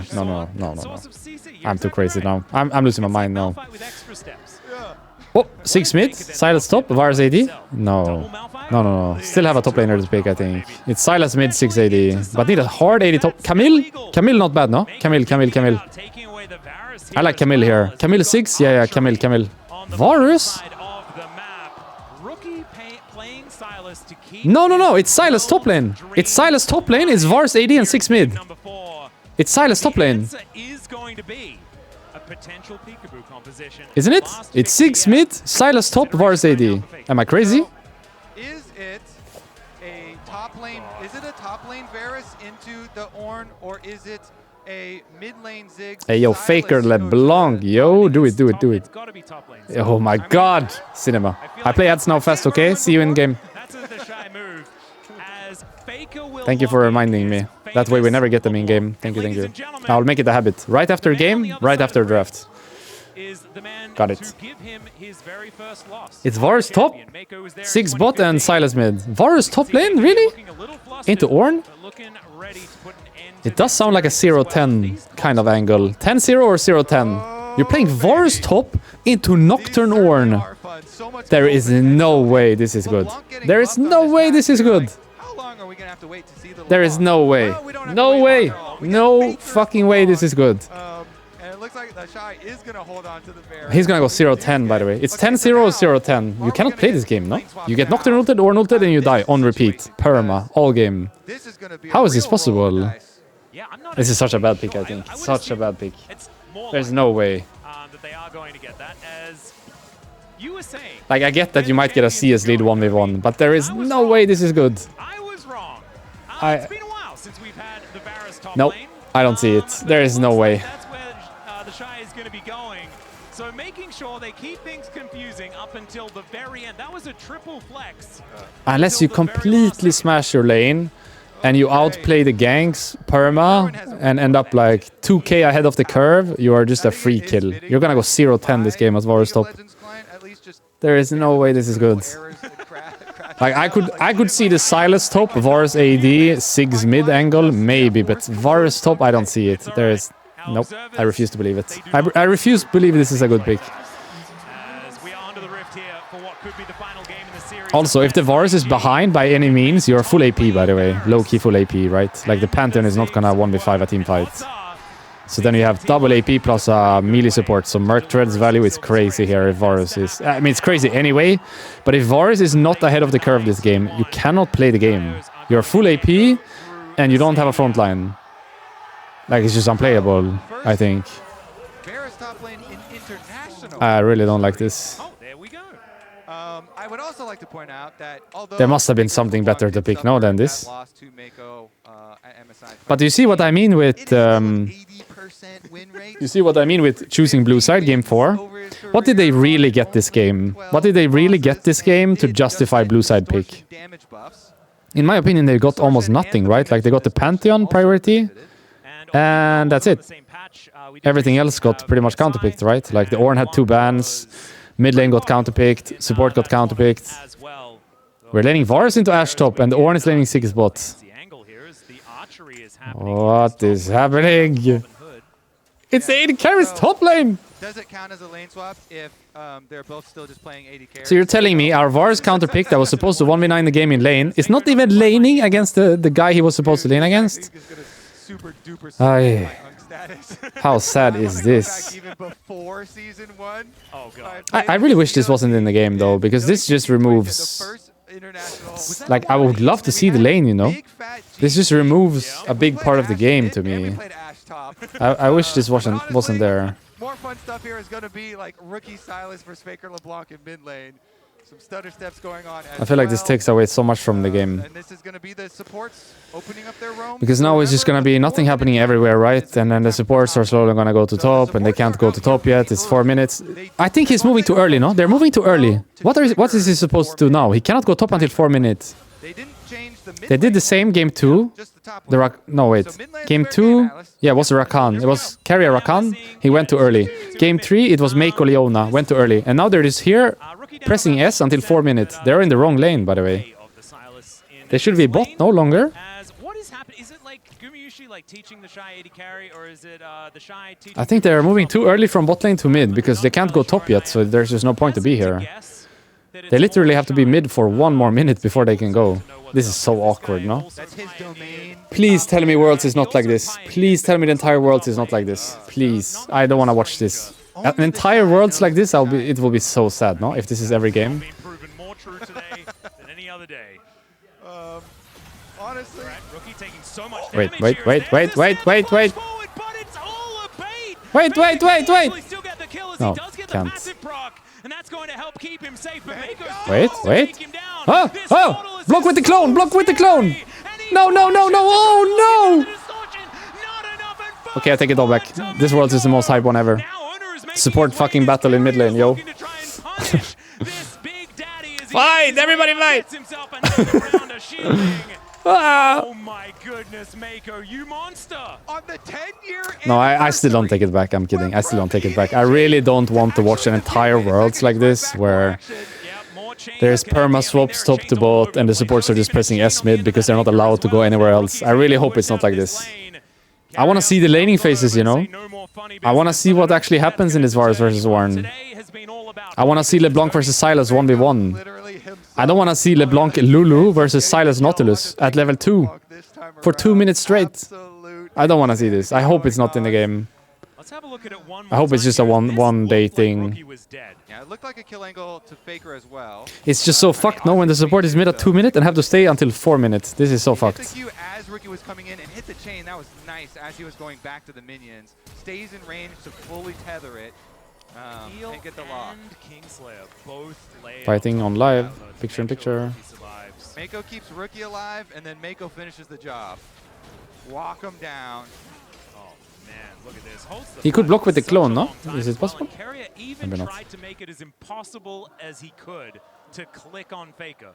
As Danny is losing his mind, as we can see. He's having fun. Everyone's having fun watching this series. This series is crazy. Well, distortion over the wall here from Faker. Can snap back if you would like to. But Owner also lying in wait. Satchel charge. Going to Run come him on down with through here, barrier? But Gumayusi not too Don't have barrier, worried actually. about the minefield that has been put down. Throws out the Q. The bouncing bomb going to be ignored here as the Ashe in a pretty good spot at this point of the game. As Doran, yeah, this is not going to be fun, I don't think, for the Ornn in this lane. As great sidestep there from Keria. Mako not quite picking the direction he would juke. as Way looking to keep things interesting as well. He's on top of a ward, so it is going to be T1 just playing defensively and will be okay. Faker dashes forward, and Rookie is looking a little worse for wear.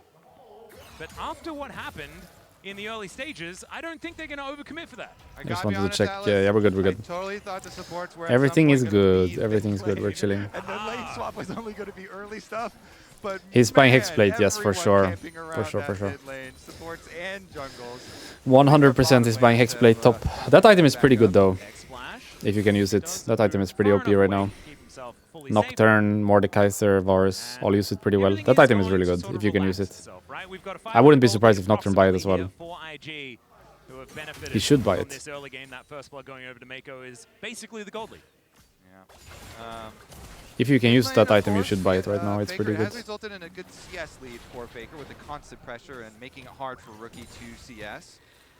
And now neither of them with flashes does make me think Jungler's Paradise. We've got level 6 Nocturne, and Way is a bit behind, so it's going to take a bit more for Pantheon to get level 6 and get that global threat as well. But we are about to enter the jungle paradise of level 6s, just fire off those ultimates, go grab your kills. We have no flashes on the mid laners or the supports, which are also technically mid laners in this game. I guess they've spent enough time Also there mid laners. to be labeled as the support mid laners. This is also the first game that we don't have Spellbook for Keria, so he's not going to be able to teleport his way around the map. Mako is going to be so lucky. So we'll see whether Keria can get the value out of the area that he's looking for, despite not being able to have that added utility. Kamiushi back up towards the top side now, once again laning. So for into grubs, Gala makes as sense. Rookie taking down lower and lower. This is something we used to see all the time. The stolen Mimic Distortion from the Sylas. Although that's showing my age. I think that was the first time Sylas. I think that's what we were supposed to do today. I think that's what today is about. Yeah, we were just, it was Unk broadcast, Yeah, right? today. So we're allowed. Today is History Day. Well, there is that distortion being utilized. It's a fair bit of damage, but now everyone is being called in and they Got the arrow as well. Look at the ult cooldowns. Look here. Dun dun dun dun. 4 ults for this guy. But man, Blinken, you missed it. They used arrow as well. That's everyone who has an ult used their ult on Rookie. Keria didn't because he's only level 4. But They got one. everybody else- They're happy. You best believe he pressed off. As I told you earlier, For sure, he's with you. if you get 1 or 2, you're happy. You don't need 3. But it will But still you be don't want IG enemy to have 3. utilizing the That's fact important. that they So you didn't try to press get 1 or 2 any and then you get out. two of these grubs. Here they get 1 and they get Go out. over It's to perfect. T1, as a result of that Not the end of the fast world that play. enemy have 2. But But it would be bad if they had gold 3. lead completely back in the hands of T1. Instead, things Which are is why just it was crazy for me in the first game when they had 3. IG had 3 that they didn't use them. They never just went on a lane and took the tower Open it up, 1-1. when they I easily thought could it have. was going to be the Thunderbirds that were going to be the second round of Avengers, but no. Apparently, it's just T1. Yep. Well, let's take a look at the aftermath. So you do get the. Because when you do get 3 grubs, you can easily just brute force a tower, and IG had the chance to do that in the first game, and they just didn't do it. Faker continues to apply some pressure, going for the trades, but you don't get the Void Mite spawns, the little void voidlings or whatever. Yep. For your split pushing or your tower taking later. So it's a little bit reduced, but I think T1 feel pretty good about their situation. Getting the kill here on BRB Faker. He 1 did also sec. invest, in I just early wanna shield. check if think I got here anything about against scrims Rookie later. in this lane where so many uses of the Kingmaker as well as Mako's heal, I guess, since Mako's that was very effective heal early on in that early I trade. also feel like there might be a Sundered Sky coming in, and that may be even the bigger issue. As There we go. here's the kitchen sink Cinematic falling from the version. sky. Ash arrow or Nothing about ultimate, scrims they all yet. collide at the Sorry. same time. I just want to make Honestly, sure I I'm don't miss impressed out that Faker on still was able to get the last hit of the kill with something. everything just Yeah, it's pretty impressive. hitting at I the think same we are time. all Damage good. soup Just to focus land on the on. game, Martinho. Yes, And Martinho, was I enough to will. deal with Rookie. That's one of those times where you're like, you just start pinging all of the R buttons that just hit you. I want to do an investigation and see like what was the actual Can't really dive the time Ornn, can we? difference between Are we not each wasting our Arbalest time here? crest. What are we doing? Doran's We're got diving some this? visitors. Well, Oh, he's Pantheon also ults. going to call in his friends, but Wow. it's going to be too That late, works. and now Ona might be in an awkward Nope, position, it doesn't still work. able 1 to for get 1. the kill on That's Omega, fine. who unfortunately 41. had turret aggro in that play. I didn't think about the Pantheon So ult, that's my 1 bad. for 1 I thought will be it the result, wasn't but possible, Shai but able with to Pantheon push ult this it's possible, wave of in. course. And also possibly put some pressure on this turret, utilizing the Ziggs. Is Oner going to move on over? This tower is gone, no? Only throws They have out 2 a grub Blossom and Bringer, 6. So that's all she wrote for T1's defense, and that should be first turret going over to IG. Imagine they did something like that in the first game, you know? Something like this. They just dive down Betsa, they take full tower.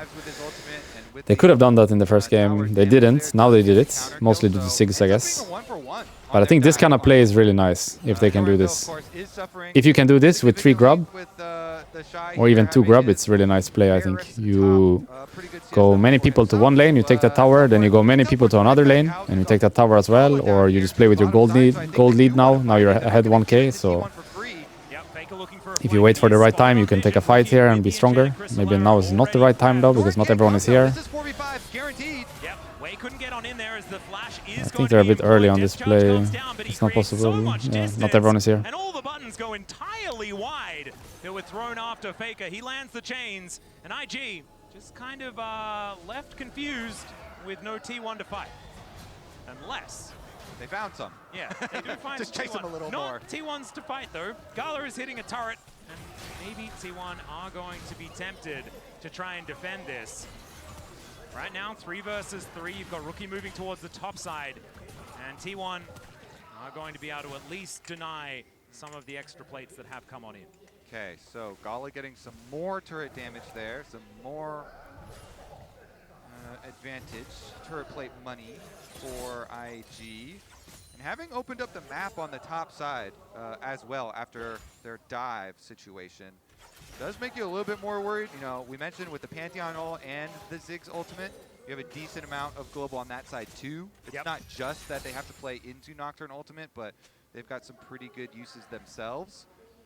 There's also Blade of the Ruin King completed here from the Shy already. And oftentimes in Ziggs compositions, we often talk about, oh, but they won't have the same level of consistent damage. They won't have the same ability to take neutrals, things like this. When you've got like an on-hit Varus on your team anyway, I mean, it's just a mage and an AD carry, right? It's just a regular composition. And so they're not going to run into any of those issues in this particular game. Unless the Shy does something crazy, because this is not like he's playing a Scion. What? The Shy never does crazy stuff. Yeah, no, surely we can rely on that. It's going to be absolutely fine. Hawkshot going to give some vision. Where is the Sylas right now? Is the Sylas mid? Are they doing like some kind of overloading bot side thing? Yeah, he's here, yeah. I really like this play. I'm not sure if they're overcommitted here, but I really like being all here on this side for IG. Where did the Ornald go? Oh, yeah.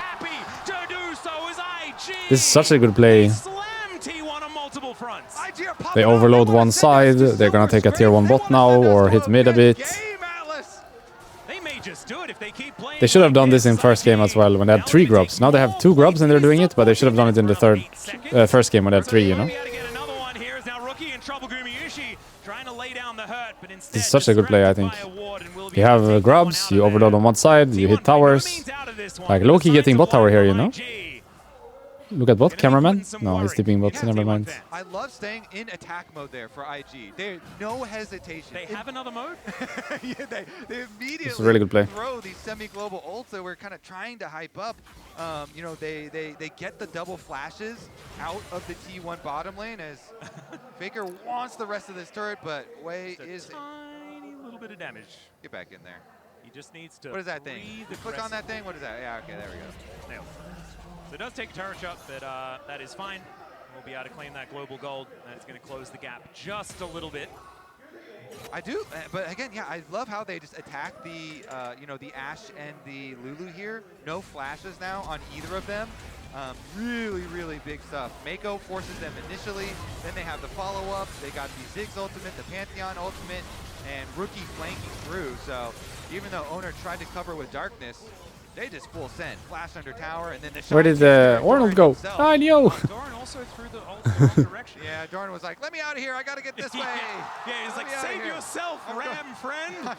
I'm getting out of here! Alright, we're fighting We are caught, and Lulu no flash. Ashe no flash too. TP behind us though.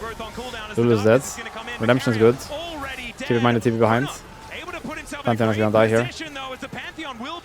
But so will the Ashe, I think. Sylas dies for it though. Good Ornald. This could be good, this could be good. 6 flash into the pit now, so we're gonna die. Oh! Satchels himself No, he dies to red. to death. Wait, what did he die to? Gets it done now. Mako How did he apply not gonna red be able with to only do Q? anything. The anchor is cute, but I Wait, think what that did he die Mako to? will be able to finish this one off. And T1 Wait, how do we just ace them randomly? What? What? Atlas, this is Huh? peak League of Legends right here, Sure, it's not baby. pink, So Lulu gets but caught? Yeah. it's just battle That's how it one starts. person wins, Lulu one gets team caught. wins, and the next And Lulu's person gonna wins die it here. back. Okay, So what happens to the Varus? Does the Varus get Nocturne ulted? No. Nocturne ulted on Pantheon. How does the Varus die? Like Sylas trades with Ashe, that's life, I guess. How does the Varus... Replay! Hey! Carrier Hey! the death chamber and might just be put back in it here as the Glitterland's not quite enough, and Wei will be able to put him down. Faker looking for a bit of a recall here, but How did the Rookie Varus might die be in the able to previous find him. fight? Faker able to distort his way out.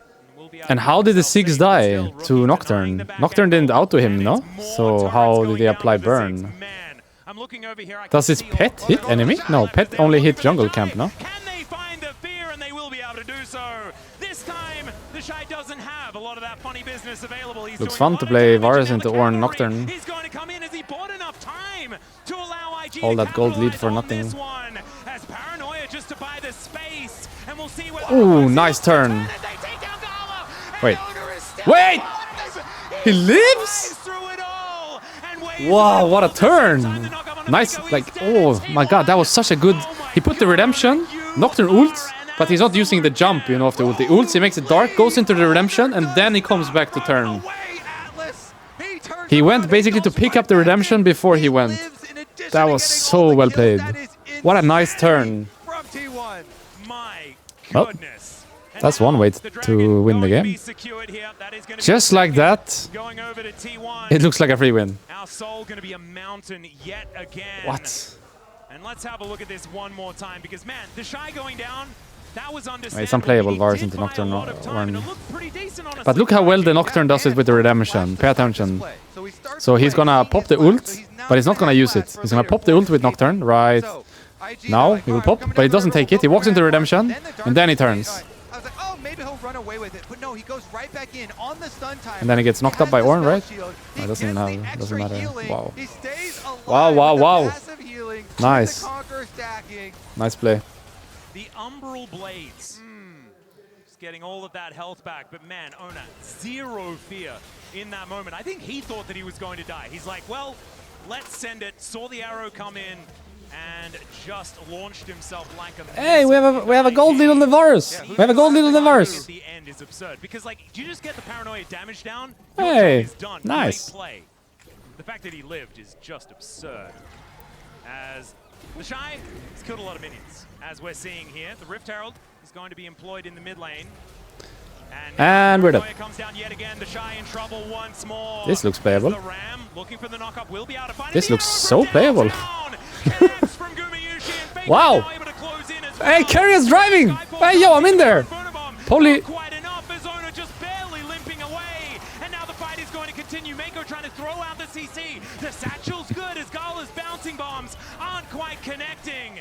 T1 still not able to quite find the fight, and now the re-engage from Mako as Faker is going to get executed, but Gumayushi's the problem. He flashes to create the space, and Gala, they've been ignoring him this whole time. Finally, they're going to move over as he runs out of mana, takes down Carrier, but he will die as a result.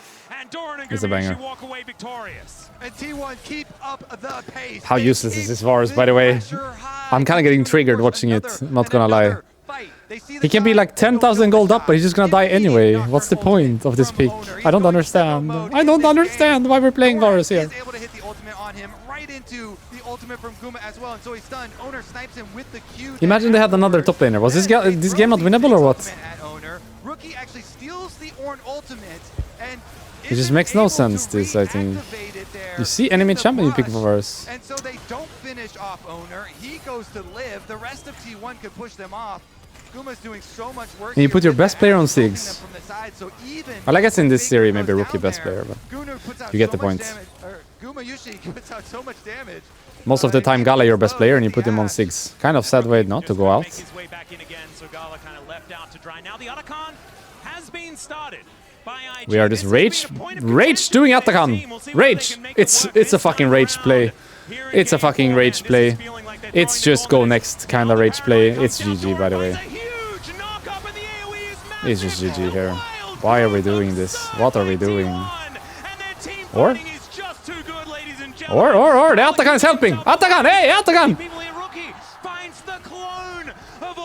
It's such a rage play. What's happening? He's gonna get polyed if he goes. He can't. But he cannot in this moment. Still, Aatrox or Shen or something more useful. I think Aatrox would have been a great pick this game. It would have been insanely good this game, Aatrox. Faker and Keria are flanking them. There's the teleports coming in. It's actually answered here by IG as well. Oh, Gala gets executed. Faker finds him in the brush. He thought he was safe, and honestly, so did we, because there wasn't the vision. As Doran slams his head into the wall, but he is so incredible. Everyone is tipping. Everyone is tipping. Varus is tipping in now. Rookie is doing a fair bit of work. Doran doesn't have damage himself. Hey, yo, I'm here. Has made his way in. It's another hook connecting, but Owner is also respawned. Ladies and he missed the Q. will be dying. That was a free kill, no? On LeBlanc, if he hit the Q on Varus there on the knocked up target. I guess he didn't exactly see where he was knocked up though, to be I fair. do not think it's Otacon time. Please let me breathe. No way, buddy. Let's keep the action going. T1, they approach. They fire. One more! She's going to find it, And Varus is dead. Punished once again. It's being in a brush that's going to be their downfall, and it's Keria that's able to get the last hit. But This is such a banger. Like a madman, another wild growth. And I mean, it all started from them rage doing Atakan. I think everything that followed was just like a consequence of that. But still banger game. They're going out with a bang, you know? They're going out with a bang. I just hate the Varus pick with a passion. We have... I don't want to go into this too much. I don't want to be that guy, but... oh, it's absolutely ridiculous. We have a Merc Treads, Hexblade, Blade, Varus top in our deciding game. Oh my god. Oh my god. Together if we want to see the silver scrapes. And that's also Soul Point on the board as well. Mountain Soul will make this team so tanky. As let's see this one as, yeah, he watched Gala walk into the brush. Yeah. He's like, Ziggs only waddles so quickly. Yeah. Oh man, beautifully played though. It's exactly what a LeBlanc is built to do. Okay, so Nice then, here arrow. we go. Hawk shot from Guma sets him up. They throw down the blue trinket. He hits him with the Ash arrow. We already talked about Owner was ready with the Nocturne ultimate, and even though he goes down this time around, T1 successful re-engage. Picture-in-picture will show that they are getting another objective, but don't let that When this game is finished, remind me to watch the Ace at like bot river when Lulu got caught and they got aced, like IG got aced from winning game state. I would love to see it again. It's quite early in the game. I'll watch it after. Do we delay this kill? Delay this kill now? Hold this guy here forever. Hold this guy here forever. Slowly, slowly, slowly. Hold him, hold him, hold him. Don't kill him. I wouldn't kill him, no? You hold that guy forever, don't you? If you hold that guy for like half a minute, you get free Baron. I guess it doesn't really matter, but that was a play for sure. If they hold that guy there for a while, the Pantheon, he cannot leave, and then the Baron spawns and they kill him, this was possible. And the Ash Arrow finds another one. So many of them this game, but T1 now will continue to push afterwards, so they don't see any more champions on screen, so they'll kill some towers. We'll see whether the champions will come on screen, because then T1 will try to kill them. That is going to be what My Varus has Merc Treads, Stopwatch, Hexblade Blade. Is he playing, what's that game mode? Ultimate Bravery? Is this Ultimate Bravery? He's playing Ultimate Bravery. Like, what is the highest kills per minute of an international game? Because this has got to be up there, I mean, man. T1 are almost at a kill a minute. What's next? What do you have to buy next? Someone check the document. Absolute, like, this pace is crazy. I hope that we're setting records here, because it feels like we're at least getting close. Yep, I hope so. He's playing Gumayushi skin as well? Ay, ay, ay, ay, ay. Ay, ay, ay, ay, ay. Try and get into this darkness and make something happen, but the vision control just from the champions of T1 is ridiculous. Hawkshot and Paranoia. Not only do they get vision themselves, they take it away from Does it not just look troll? Does it not look like the Varus is trolling or what? I know he isn't, but it looks like he's trolling with these items. It just looks like to. It's fine. And that's a I will stop now. scenario I will stop. for LeBron I'm here. stopping He now. does Stop, have that stop, stop. luxury of controlling so much I'm just gonna vision. rewatch the fight they got aced after this game, how he died, and that's all I'm gonna leave it at. I'm gonna stop Way now. better than any other champion. It's fine. And IG grouping up, getting themselves in No there. flash The Nautilus, in no flash from Lulu. Mako does trigger the flash out from Carrier. All right, IG, can they? I Last like time the they, mindset of Mako. He has just gone for every flash angle that he Yeah. can possibly find. especially when he's looking for Guma or Keria, you know, trying to kill those two. This Ashe skin is so good, by the way. It's by far the best Ashe Do that skin. one more It looks like time he's and actually gliding take when he's down hitting. Keria, punish the no flash. They- There's not his no flash, by the way. Gonna deny the hook in as Faker. Silas is caught here, has to flash out, yeah. Arnold would be good right now, yes, yes, yes, yes, yes. Yes, yes, yes. There's the stopwatch. And we're dead. Still alive and has GA. GG. Why is this Nocturne still alive? GG. Ona, you absolute monster. The inner turret's going to go down, and I think this is the end of IG. And T1 putting the end to the LPL has started early this Worlds. GG, GG. Low-key feel like this should have been a Game 5 series. I feel like IGG should have been 2 up in this series. But the right team won in the end. Like T1 is better than IG is. So we accept this outcome. GG's. I'm just gonna rewatch the Ace. I'm just gonna rewatch the Ace. One sec. Actually, let's watch them like shake hands and bow and everything. And then I will rewatch the Ace. Because they had the game, you know, for a while, IG, until they got aced, bot river. And that fight didn't make sense to me, because Lulu got caught and Sylas traded 1-for-1 with Ashe. So how are they losing? GG. Should be a draw show soonish, everybody, and maybe some interviews. Let's see. And it was very close to the record, I'm pretty sure. We have it here. So stay tuned for draw show and interviews. 2018. Okay, now I will. Now I'm gonna go back a bit. We go to this one, and we're gonna watch the Ace in the beginning, because IG in theory had the game. They got top tier 1, then they did a pretty good fight. So I'm gonna go a bit more. They had 2-for-1 grubs. They did top tier 1 play here. Yes, they dive the Ornn. They take full top tier 1. They go into enemy bot jungle. They get another good fight. It's gonna happen very soon. It's gonna happen very soon. Sylas is gonna move. They're gonna fight around enemy wolf. Yes, here. And right now it feels like they have the game. You know, they're 2k gold up, 13 minutes. They have 2 grubs to 1. Next Drake is spawning soon. They're gonna go bot river one more time and fight. Before this bot fight, I will click pause. Okay. This is right when the fight starts. We're coming out of a replay from the previous fights. Then the Lulu is caught, okay? If I press pause right now, it looks like IG is winning this game. They're 2k gold up. Ashe doesn't have an item yet. They have item on everybody. The game state is winning, and Lulu is caught, okay? Lulu is caught, and she's gonna get one shot. How do we lose this fight? The Lulu dies before anything else, and the Sylas will trade with Ashe now. So it's technically 4v3. Sylas is gonna die to Ashe, but Ashe is dead. Lulu is already dead. How do we lose this fight? What happens to the Varus? What happens to the Varus? We just walk in and die, or what? We just walk up and die with Varus. We literally just walked up and died. This is 4v3, you know? Because Pantheon and Lulu are dead. Sylas and Ashe are dead. I guess maybe it's 3v3, if you think about it. Because the Pantheon dies off of the Lulu play. I didn't actually realize the Pantheon dies off of the Lulu play. Maybe it's Sylas' problem then, no? Like, the Sylas shouldn't chase this Ashe more. Should just come here. Or? Feels kind of bad to trade full HP Sylas for 1 HP Ashe, right? Yeah, maybe it's more Sylas' problem than Varus' problem. Because in theory, before this fight starts, game situation not bad. Game state not bad. And this fight starts with Lulu dying. So someone is doing something wrong somewhere, right? Because it's 5v4. Lulu is already dead.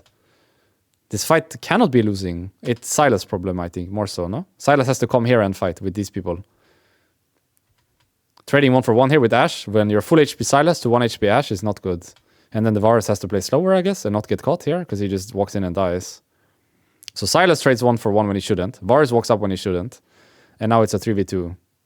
I think here is where they throw, you know? Because before this, game stayed not bad. 2k gold up, Lulu is caught, Drake is spawning. Kind of sad to get aced here and lose Drake. They get aced here, and now they lose Drake. Off of this. I guess this bot fight was pretty big. But Varus can't play the game, by the way. I think it's the ace before. Varus cannot play the game here. It's the ace before that matters more than anything. They want to play it. Gumayusi look. And then Fly. If you're thinking like Fnatic versus Gen G might be nice to get out of the way because it can't happen later, then I think you're thinking about it wrong, because it's unlikely Fnatic and Gen G are in the same bracket anyway. Like, it's unlikely Gen G and Fnatic are both 2-0 and have played each other already. Like, do you see what I mean? It might matter for like the worst Eastern teams who could potentially end up in like a 2-2 bracket or a 1-2 bracket or a 2-1 bracket. But it doesn't matter for like Gen G Fnatic matchup or even G2 T1 matchup maybe, because I don't think they're gonna be in the same bracket twice. You know, I don't think they're gonna be in 0-0 bracket twice once together and in 2-2 bracket once together. Do you see what I mean? Most likely they're not gonna be in the same bracket later on anyway. It might matter, for example, with like, let's say Koi versus Katie Rolster. That might be a good matchup to get out of the way, because I think Katie Rolster might be in a 2-2 bracket down the line. So not having to play them later might be nice, yeah. I can see that. But I think for like the big Eastern teams, it probably doesn't matter. That's my feeling. Yeah, hot take. I love it. Pretty strong The Emily lukewarm take. I love it. You know what? I hear that the Droll show is... Here we go, here we go, here we go! Everybody! Hey! We're gonna keep the mics open. We're gonna keep on chatting, of course, as we're... Focus up, everybody. And Candice is on stage, ready for the first draw. I cannot wait. It's Ming, yeah. Alright, please give it to us. RNG support. I think OG for me, support. I just want, obviously, easiest draw possible for Flying Quest. Oh, really? Yeah, 100%. Hey, yo, focus, everybody. Fnatic or PSG, great. TES and T1 would hate that. Yeah, that seems a lot harder, a lot more difficult. It's like 50-50. Yeah, literally. Actually, when I said a coin flip, I meant it, by the way. Yeah. So keep in mind, as a European fan, we're hoping for G2 to get 100 Thieves or... Yeah.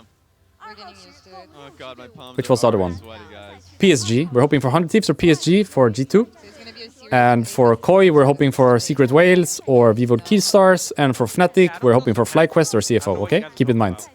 Those are the best possible options we can get.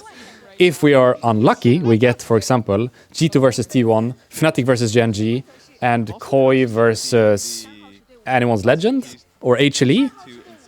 This will be worst possible outcomes. That's an interesting one for me. Something like this. As an organization. So fingers crossed that at least one of them gets a good matchup. Like, let's hope for, I think, G2 versus 100 Thieves. This would be a good start, I think. So let's hope for that one. Very, very scrappy. That team's very scrappy. Yeah, you know, I think that's the big one to get, so to speak. The freest game to get, so to speak. Hopefully, I don't want to say too much, you know, after what happened 2 years ago with NRG. But would be nice to let at least one of our teams start against an easier opponent on paper. Let's watch. Oh, He's drawing pool 1 teams, I guess. So Gen G. of course. We were just talking about them, Yeah. Gen G, the reigning champion. yeah, they're a rather good team. As I've described. I think they're okay. Does he draw pool 3 now? Fairly solid, yeah. Or how does he do it? Keen No, he has keeps been drawing pool 1 teams, a or? star. All right, so we're gonna have tier 1 teams against tier 3 teams and tier 2 teams versus tier 2 teams. That is the way it's gonna go for Yeah. the first round. Yeah, he's just drawing all the pool 1 teams. All right. What's the point of this? Is that just the order they play? Overall, I mean, split 2 and split I don't understand the Split 2 draw. finals, very close between them. Because these teams can't play each other, you know? It's not Gen G versus FlyQuest. It's Gen G, then the next game FlyQuest, then the next game whatever he's drawing now. Why doesn't he draw pool 1, pool 3, pool 1, pool 3, pool 1, pool 3? This way of drawing makes no sense, because now you're just getting them like Form them all out in the order, you know? The C3 will be later. I don't understand why they're drawing it like this. That makes no sense. As we said, Because now everyone's thinking, oh my god, it's Gen G versus FlyQuest. And it's G2 versus... Yeah. Do you understand what I mean? The way he's drawing it makes it seem it's Gen G versus FlyQuest and G2 versus whoever he's drawing now. But it's not actually. It's Gen G, one match. And then it's FlyQuest, one match. And now it's G2, one match. And now it's CFO, one match. CFO being the only team that made it. I don't understand his way of drawing. This makes no sense. Achievement for them, honestly. Exactly. And, I'm excited about Honkyu again. yeah, for sure. He's been making waves. I mean, he's won Player of the Year within the region. He won Rookie of the Year Oh. within that region. Of course, he was on. This is just the order. This actually means absolutely nothing what he's doing right now. It actually means absolutely nothing what he's doing right now. It has zero impact what he's doing right now. It actually means absolutely nothing, yes. Big question mark on this team, though. As many question marks as they had junkers this year. That is very true. I mean, Shadow came in really clutch for the team. The but I don't LEC think- champion! Exactly. Oh my god. Are you picking pool 2 now or 3? Now he's picking pool 3, okay. So whoever is drawn right now has Gen G, unless it's I think a lot of T1. teams wouldn't want to be drawn. Whoever is drawn right now has Gen G, unless it's T1, and then T1 plays the one below, so FlyQuest. Whoever is drawn right now, unless it's T1 is playing Gen G, if it's T1 they're playing FlyQuest, okay? Follow this.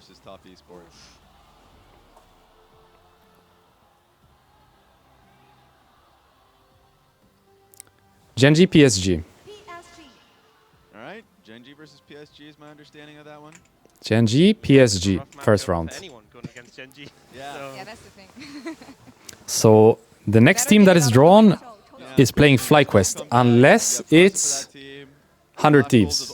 Then they play G2, right? Did I got that right? T1. So it's FlyQuest T1. T1. FlyQuest T1. yeah, and the second team drawn, I believe, was FlyQuest. So how do you feel about that one, Raz? So now the next team drawn is playing G2. The next team drawn is playing G2. Unless it's Fnatic. FlyQuest, how do you feel? Feel bad. Then Fnatic Yeah. goes against CFO. Yeah. You guys put up a good fight against Gen G last year, so why not? True. It's Either that's the G2 one Tess. for you, G2 or Tess. the odds. Oh my god. G2, I believe, that's against Oh! We like that. It's You G2 like Tess! that? Do you, Ox? Yeah, yeah. Ah! What about your thoughts, Not Ox? so sure. Yeah. I'm coping. I'm gonna be coping all also stage. So what we have left? We have Fnatic and 100 Thieves. And it's CFO and... Things have not been in our favor. Which one is the very last one? Bilibili. Bilibili. So whoever's drawn now plays CFO. So it's Fnatic CFO and it's Bilibili 100 Thieves.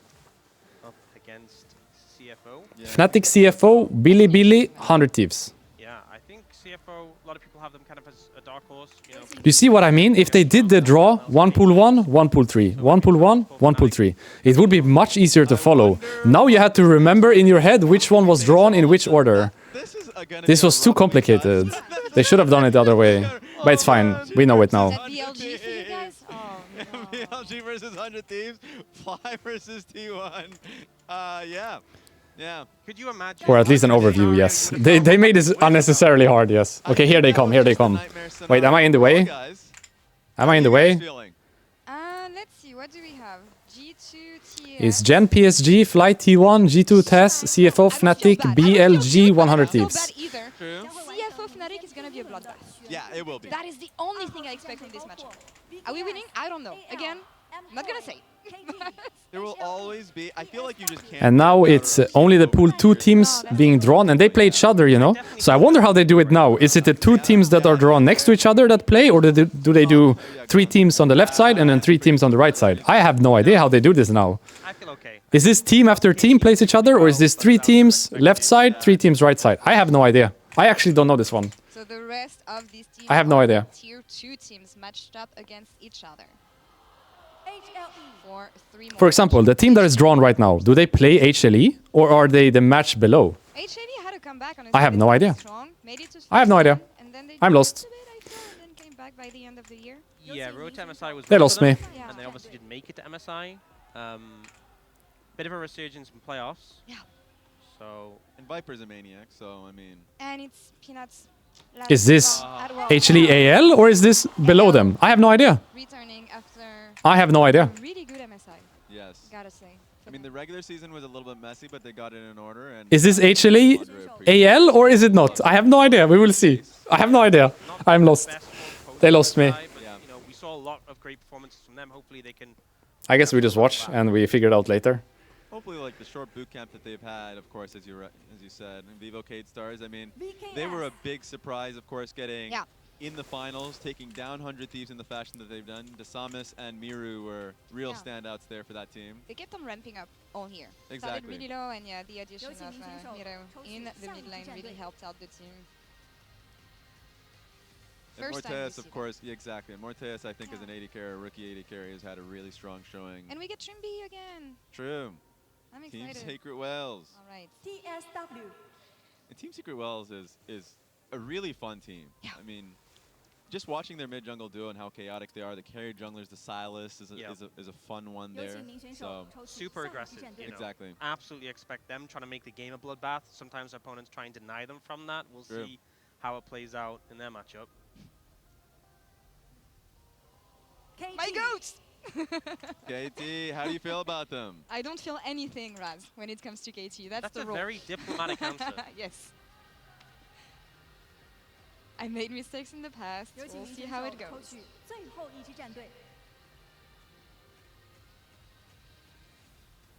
And of course, Koi is going to be the last ball that they draw out for this one. How did you know? Yeah, I mean, So good. Koi. Nice. am I correct to say that that's going to be Vivo Cade Stars versus Koi? Just wonder about that one. I guess they will show it now on stream, actually, on the overview, I mean. let's see if we can get confirmation on that one. Yeah, I don't see any invalid matchups Yeah. here in what we have. HLE, AL, VKS, TSW, KT, I'm Koi. So it was in the order they drew it. Yeah, and I Team think This Secret time. Wells versus Vivo Cade Star has to be the most bloodiest game, I think, of Swiss. That one's going to be There we fun. have it. the fact that we have HLE against AL, which I'd say the two strongest C2 teams Yeah. going up against each other. So I think the other teams, I feel like kind of dodged some bullets there Yeah. with the fact those two teams are matching up against each other. So do we queue up now or what?